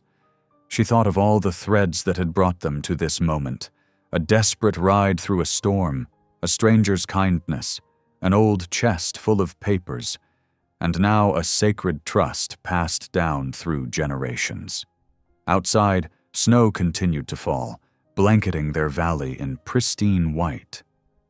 But inside, warmth and hope filled every corner of their home. Tomorrow would bring new challenges, but tonight they could rest in the knowledge that they were not alone in their fight. Like the streams that still ran beneath the winter ice, truth and justice would find their way forward. The morning of the court hearing dawned clear and cold over Fairpoint. Mary Jo stood before the mirror in their rented room, straightening her best, dress with trembling fingers. Behind her, Luca adjusted his string tie, looking uncomfortable in his Sunday suit. "You look just fine," she assured him softly. "Both of us do." Arya sat on the bed, already dressed in her blue calico, swinging her feet. "When will Mr. Henry come?" As if summoned by her words, a knock sounded at their door. Luca opened it to reveal Henry, dressed formally in a clean black coat and pressed trousers. He carried a leather portfolio containing his official documents as a registered interpreter. "Are we ready?" he asked, his calm voice steadying their nerves. They walked together through the frosty morning to the courthouse, their boots crunching on the frozen ground. Other townspeople were already gathering, drawn by gossip about the railroad dispute. Mary Jo held her head high as whispers followed their group up the courthouse steps. Inside, the courtroom smelled of wood polish and coal smoke from the pot-bellied stove in the corner. Judge Samuel Barton sat behind his elevated desk, his gray beard neatly trimmed, his eyes sharp beneath bushy brows. Reverend Holt occupied the plaintiff's table with 2 railroad lawyers in expensive suits. Mary Jo clutched the deed tightly as they took their seats. Luca's hand found hers beneath the table, warm and reassuring. Arya sat between them, her small face solemn. "All rise," called the bailiff, and the proceedings began. The railroad's lawyers presented their case first, laying out property maps and purchase documents. They spoke of progress, of linking east to west, of manifest destiny. Reverend Holt testified about the empty land, carefully avoiding mention of the Ute people who had lived there for generations. When it was their turn, Mary Jo stood, her voice clear despite her racing heart. "Your Honor, we have evidence that this land was legally transferred to Robert McCrae's guardianship before any railroad claims were made." She approached the bench with the deed, its parchment soft with age, but still legible. Judge Barton adjusted his spectacles, studying the document carefully. "This appears to be in the Ute language," he observed. "Can anyone here verify its contents?" "Yes, Your Honor." Henry rose from his seat, his bearing dignified. "I am a registered interpreter for both the Territorial Court and the Bureau of Indian Affairs." The judge nodded. "Please approach and translate this document for the court." Henry stood beside the judge's desk, carefully handling the precious paper. His deep voice filled the courtroom as he translated the flowing Ute script into English. "By the authority of Chief Ouray and the Council of Elders, we hereby entrust these lands, from the 3 Peaks to the Meeting of Waters, to the guardianship of Robert McCrae and his descendants, so long as the streams run and the sacred places are honored. This trust is given in recognition of his defense of our water rights and his true speaking in all dealings." The courthouse had grown so quiet that Mary Jo could hear the crackle of the stove. Judge Barton removed his spectacles, polishing them thoughtfully. "Can you verify the seal's authenticity?" he asked Henry. "I can, Your Honor. I witnessed its placement myself 15 years ago. Additionally, this document bears the signature of Thomas Halstead as court clerk and witness." Henry gestured respectfully toward Mary Jo. "Mrs. McCrae's late husband." One of the railroad lawyers shot to his feet. "Your Honor, surely you can't allow a tribal document to supersede proper territorial sales." Judge Barton's bushy eyebrows drew together. "The Treaty of 1868 specifically recognizes the authority of tribal councils to make binding agreements regarding their traditional lands. This deed predates any railroad claim by more than a decade." He tapped the document carefully. "Moreover, it bears the signature of a territorial court clerk, making it doubly valid under our laws." Reverend Holt's face had grown steadily darker during this exchange. Now he stood, his voice carrying the thunderous tones he usually reserved for sermons. "This is an outrage. These people are standing in the way of progress, of civilization itself. Will you let one family's stubbornness halt the march of Providence?" "Reverend Holt," Judge Barton said sharply, "this is a court of law, not a pulpit. The only providence I'm concerned with is the proper execution of justice." He straightened in his chair. "Having reviewed the evidence, I find that the McCrae family's claim to the valley, through the legal transfer of tribal guardianship, takes precedence over the railroad's subsequent purchase attempt." Mary Jo's hand flew to her mouth as relief flooded through her. Luca's arm went around her shoulders, steadying her. Arya bounced in her seat, beaming. "This case is dismissed," Judge Barton declared, bringing down his gavel with firm authority. Reverend Holt shot to his feet, his face mottled with rage. "This victory won't stand," he snarled, jabbing a finger toward them. "The railroad has friends in high places. You'll see." He stormed from the courtroom, his long coat billowing behind him. The railroad lawyers followed more quietly, gathering their papers with tight-lipped disapproval. Outside the courthouse, bright winter sunlight spilled across the steps. Other townspeople clustered nearby, discussing the verdict in low voices. Mary Jo barely noticed them, too overwhelmed with thankfulness to care about gossip now. Arya tugged at Luca's coat sleeve. "We still got our home, Pa," she said, her voice full of simple joy. Luca knelt down to her level, and Mary Jo saw tears glistening in his eyes. He gathered Arya close, one large hand cradling the back of her head. "Yes, sweetheart," he managed hoarsely. "God is good." Henry watched this exchange with gentle understanding in his dark eyes. "Your father would be proud," he told Luca quietly. "You've honored his memory today." They decided to celebrate their victory with a modest supper at the inn. The dining room was nearly empty, giving them privacy to talk freely. Over plates of roast beef and potatoes, they recounted moments from the trial, marveling at how Providence had led them to find the deed just when they needed it most. "I never thought I'd be glad for Thomas's habit of keeping every scrap of paper," Mary Jo admitted, smiling at the memory of her first husband's methodical nature. "God works in mysterious ways," Henry observed. "Sometimes what seems like simple chance is his hand moving quietly." Arya, drowsy after the long day, leaned against Luca's arm. He smoothed her hair tenderly, and Mary Jo's heart swelled at the sight. Their family might be unconventional, but it was bound by something stronger than blood. As the evening drew to a close, Henry suggested they join in prayer. They bowed their heads as his rich voice lifted in both English and Ute, giving thanks for justice and asking protection for the days ahead. "The Creator sees all paths," he concluded. "May he guide your steps and keep your hearts strong." They retired to their rooms, knowing Henry would depart at dawn for his own home.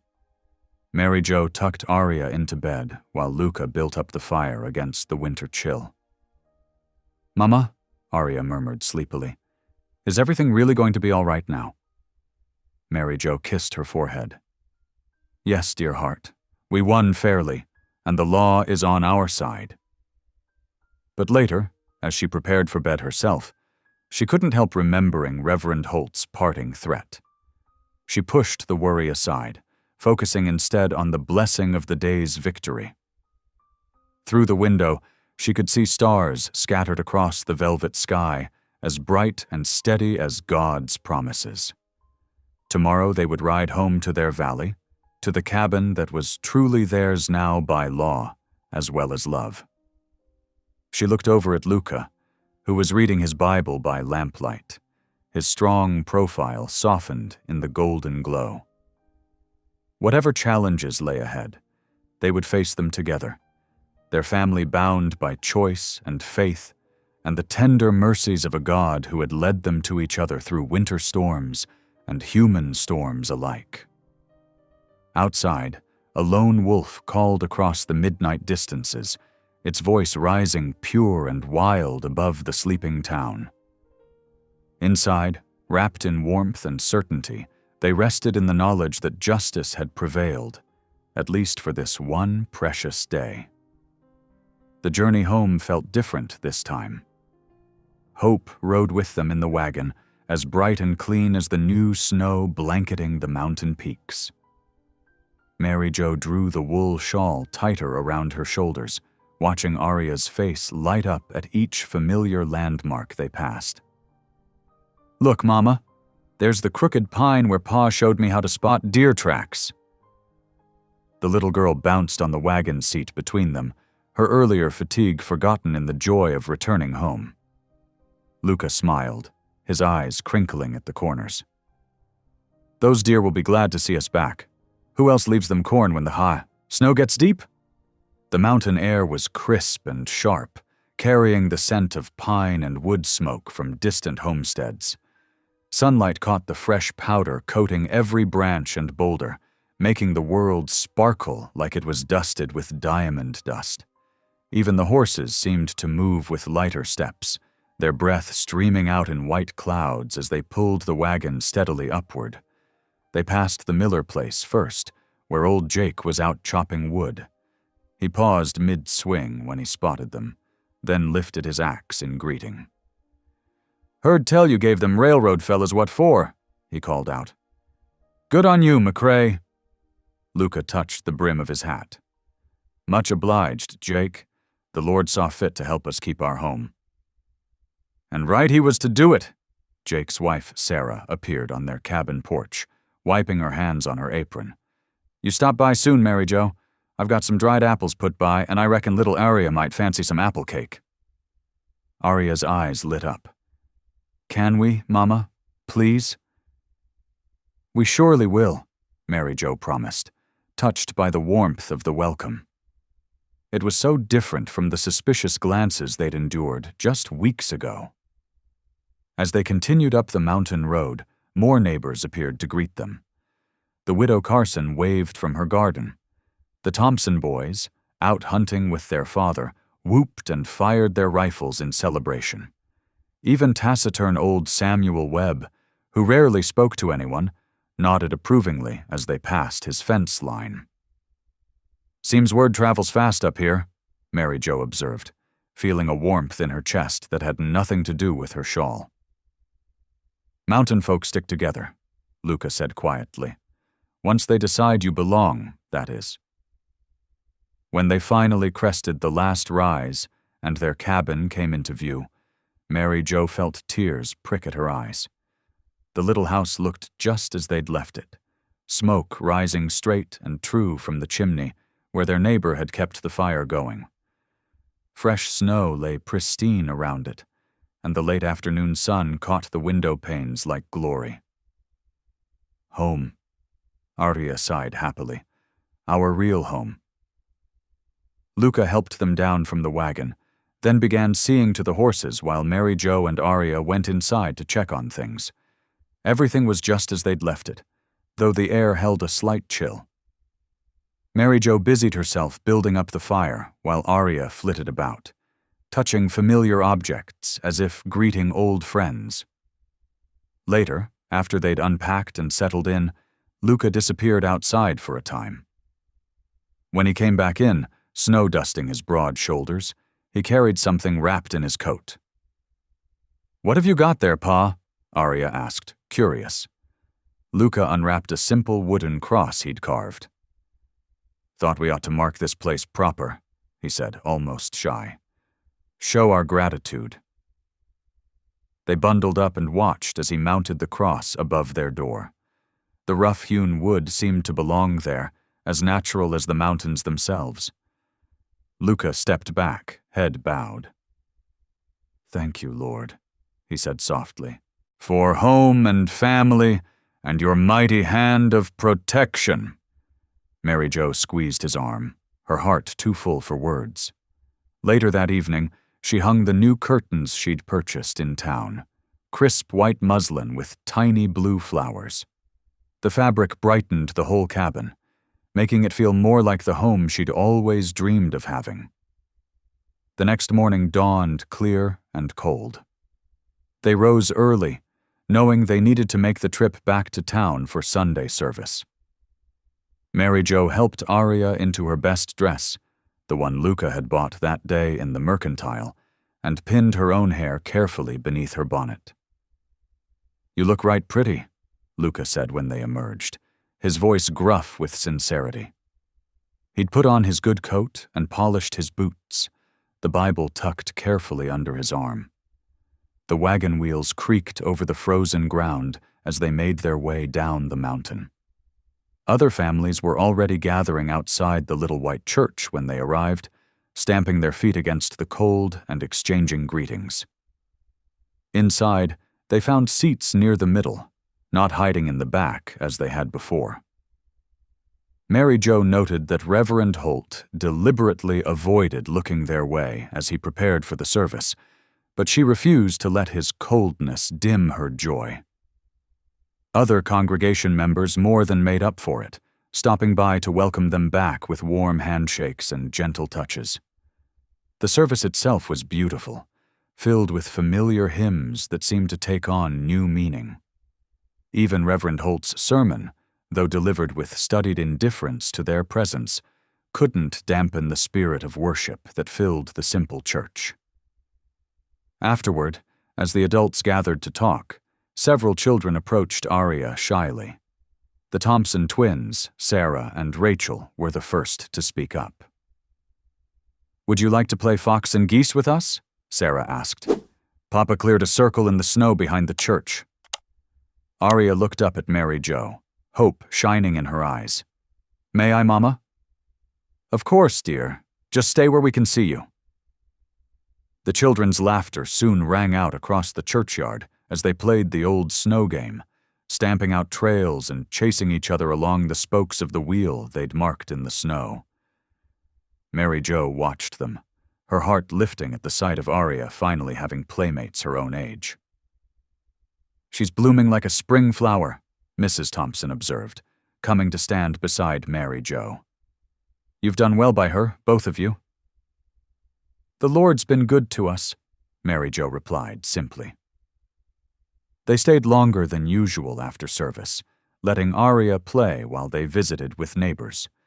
Several families invited them to Sunday dinner, but Luca politely declined, saying they needed to get back before dark. He did, however, accept an invitation for the following week from the Millers. The sun was setting by the time they reached home, painting the snow-covered peaks in shades of rose and gold. Mary Jo prepared a simple supper of beans, cornbread, and the last of their dried venison, while Luca built up the fire, and Aria set the table with careful pride. After they'd eaten, they gathered near the hearth, as usual. The lamplight cast a warm glow over everything, making the cabin feel like a sanctuary of peace. Luca opened his Bible, the worn leather familiar in his hands, and began to read from the Psalms. "The Lord is my shepherd," his deep voice intoned. "I shall not want. He maketh me to lie down in green pastures. He leadeth me beside the still waters." Mary Jo folded her hands in her lap, letting the ancient words wash over her. Aria leaned against her side, drowsy and content. Through the window she could see the first stars beginning to appear in the darkening sky. "He restoreth my soul. He leadeth me in the paths of righteousness for his name's sake." The cabin creaked gently in the cooling night air, a sound that had become as familiar as breathing. The fire popped and hissed, sending up occasional sparks that danced like fireflies before disappearing up the chimney. "Yea, though I walk through the valley of the shadow of death, I will fear no evil, for thou art with me. Thy rod and thy staff, they comfort me." Mary Jo closed her eyes, feeling the truth of those words settle deep in her spirit. Here, in this moment, surrounded by the family God had given her, she felt a peace she hadn't known was possible just a few months ago. "Thou preparest a table before me in the presence of mine enemies. Thou anointest my head with oil. My cup runneth over." Luca's voice grew softer as he read the final verses, almost as if he were praying rather than reading. "Surely goodness and mercy shall follow me all the days of my life, and I will dwell in the house of the Lord forever." The words hung in the air like a blessing. When Mary Jo opened her eyes, she found Luca watching her with a gentle expression that made her heart skip. Aria had fallen asleep, her head heavy against Mary Jo's side. "I'll take her to bed," Luca offered, carefully lifting the sleeping child. Mary Jo followed, turning down the covers so he could tuck Aria in. They stood together for a moment, watching their daughter sleep. Tomorrow would bring its own tasks and challenges, but for now, in this peaceful evening, all was well. Their home was secure, their community had embraced them, and God's presence felt as real as the solid walls around them. The peace they had found proved fragile as spring ice. Within 7 days of their victory, Reverend Holt began his whisper campaign. His words spread through town like creek water seeping under a door, poisoning minds with each passing day. "That deed's a forgery," he told anyone who would listen at the general store. "No proper Christian woman stays alone with a man, then produces mysterious documents." His voice dripped with false concern. Poor Brother McCrae, simple soul that he is, never stood a chance against such manipulation. The change in town was subtle at first. A few turned away when Mary Jo entered the mercantile. Others stopped speaking when Luca passed. By week's end, the chill had settled deep. At the blacksmith's shop, where Luca had gone to have the wagon wheel repaired, he overheard 3 men speaking in low voices near the forge. "Heard she was run out of her last town," one said, not realizing Luca stood in the shadows. "Some scandal with the court clerk before she married him." "Shameful how she trapped McCrae," another added, "using that poor child as bait." Something snapped inside Luca. He stepped forward, his large frame casting a sudden shadow over the group. "Say that to my face," he growled, fists clenching. The men stumbled back, but one recovered his nerve. "Truth hurts, don't it, McCrae?" Luca's arm drew back before he could think. The punch never landed. He caught himself, horror flooding through him as he realized what he had almost done. Without a word, he turned and strode out, leaving the wagon wheel forgotten. He rode home hard, shame burning in his chest. The sun was still high when he reached the cabin, surprising Mary Jo at her washing. "Luca, what's wrong?" Before he could answer, hoofbeats approached. A courier rode up, holding out a letter with Reverend Holt's seal. Mary Jo took it with trembling fingers and read aloud, "Vacate within 48 hours or face arrest for trespassing and fraud." "Please," Mary Jo whispered, touching Luca's arm. "We must trust in God's justice, not our own hands." Luca couldn't meet her eyes. The memory of his near violence at the smithy weighted his shoulders. "I almost struck a man today," he admitted quietly. "What kind of Christian raises his fist instead of his faith?" He turned away, unable to bear the gentle understanding in her gaze. The mountain night pressed cold against the cabin windows. Inside, Luca paced before the dying fire, Reverend Holt's accusations echoing in his mind like bitter whispers. His near violence at the smithy haunted him. What kind of husband and father let rage poison his heart? What kind of Christian failed to turn the other cheek? Snow began falling outside, thick flakes catching the lamplight. Luca watched until midnight, then 1 o'clock, then 2, sleep refusing to come. The words of his father's old sermons about peace warred with the anger burning in his chest. As false dawn grayed the windows, Luca made his decision. With trembling hands, he packed a single saddlebag with hardtack, jerky, and his father's Bible. On the kitchen table, he left a note in his rough handwriting. "Forgive me. I must find peace before I can protect you." He saddled his horse in the pre-dawn darkness, the beast's breath steaming in the cold air. Without looking back at the warm windows of home, he rode into the falling snow. Mary Jo woke to Aria's heartbroken sobs. "Pa's gone, Mama! His horse ain't in the barn!" Finding Luca's side of the bed, cold and empty, Mary Jo ran to the kitchen. The note lay there like a stone on her heart. She pulled on her coat and boots, ready to follow, but the storm had erased all tracks. Heavy snow blocked the mountain trails. For 2 days, she kept the home fires burning bright, praying each crunch of snow outside might be Luca returning.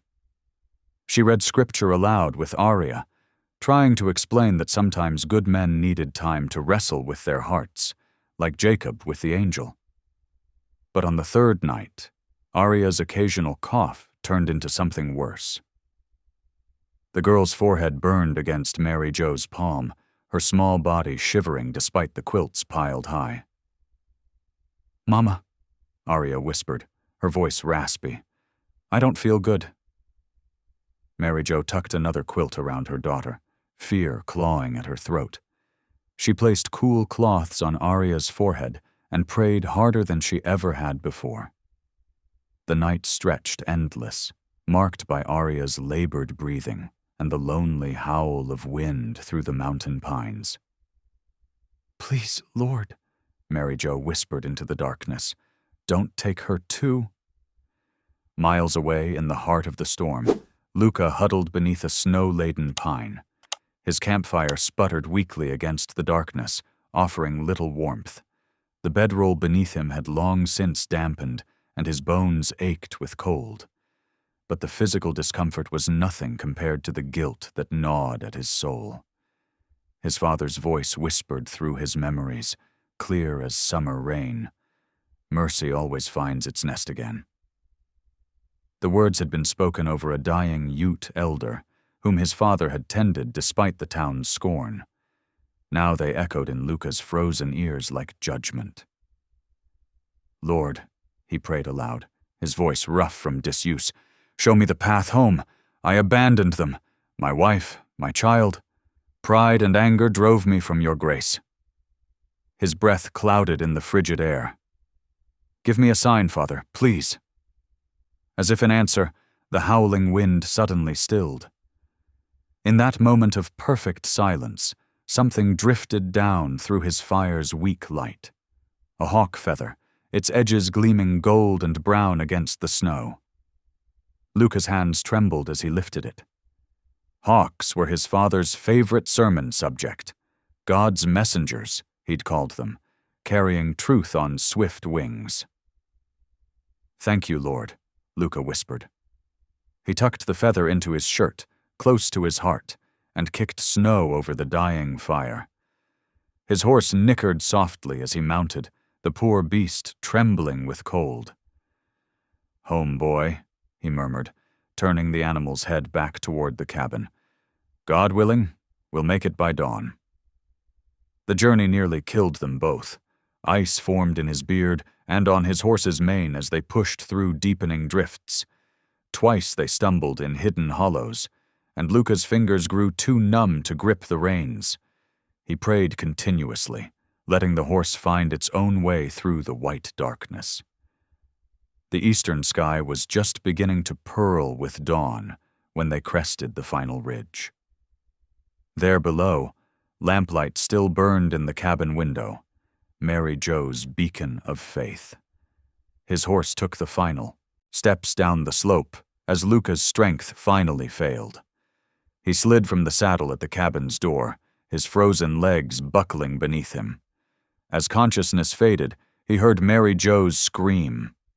"Luca!" Her boots crunched in the snow as she ran to him. At least he was home. At least he could die forgiven. Luca's frozen clothes dripped by the hearth as he gathered Arya in his trembling arms. The child's breathing came in shallow gasps, her small face flushed with fever. He cradled her close to the fire's warmth, his heart aching at how light she felt. Mary Jo moved with quiet urgency, hanging kettles of snow to melt and gathering herbs from her medicine box. "Hold her upright," she instructed, her voice steady despite the fear in her eyes. "It helps her breathe easier." Through the long night, they took turns supporting Arya against their chests. Luca's deep voice rumbled with familiar psalms, while Mary Jo pressed cool cloths to their daughter's forehead. When words failed them, tears fell silently in the firelight. "The Lord is my shepherd," Luca whispered hoarsely, rocking Arya gently. "I shall not want—" Mary Jo joined in, her hand finding his. "He maketh me to lie down in green pastures." As the darkness slowly gave way to dawn, Arya's breathing deepened and steadied. The fierce heat began to leave her small body, and pink crept back into her pale cheeks. She blinked up at them, managing a weak smile before drifting into peaceful sleep. Exhausted, Luca settled beside Mary Jo near the hearth. The morning sun painted the cabin's walls with golden light, and fresh snow glittered on the windowsills. His heart felt as full as it did vulnerable. "That night in town," he said softly, "when I spoke of marriage before the congregation, it wasn't just a quiet gossip."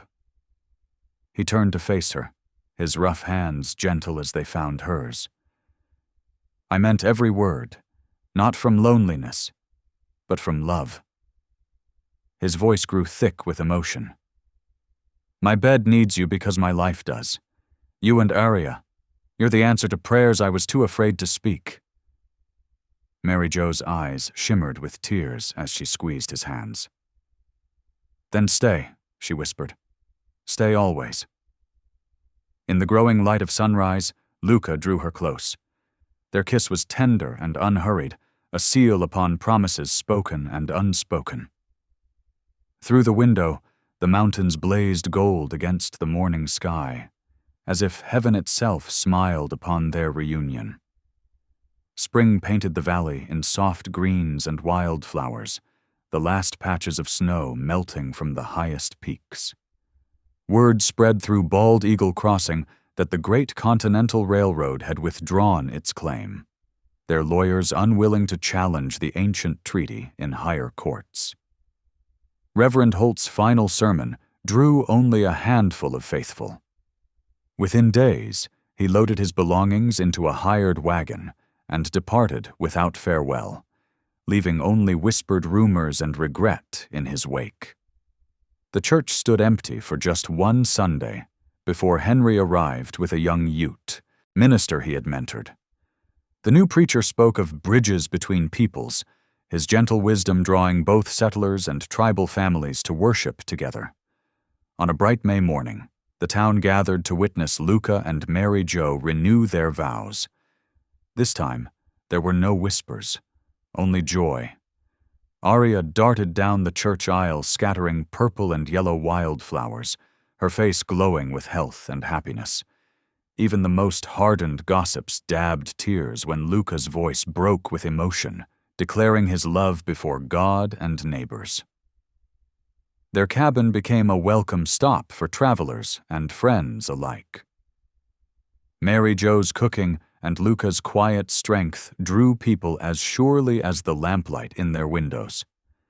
The house rang with conversation, laughter, and hymns sung in 2 languages. One peaceful dawn, Luca set his rifle in its rack for the last time. He joined Mary Jo on the porch, where she sat watching Aria chase butterflies in the new grass. The morning sun spilled gold across the meadow as he settled beside his wife. "Your daughter's got a home," he said softly, taking Mary Jo's hand. "And I've got you in my bed. Guess the Lord knew what he was doing." They sat together in comfortable silence, watching sunlight fill their valley with promise. Thank you for listening. Stories connect us in the most unexpected ways. If you felt that spark today, make sure you're subscribed. I share a new one daily, and the next might change your day.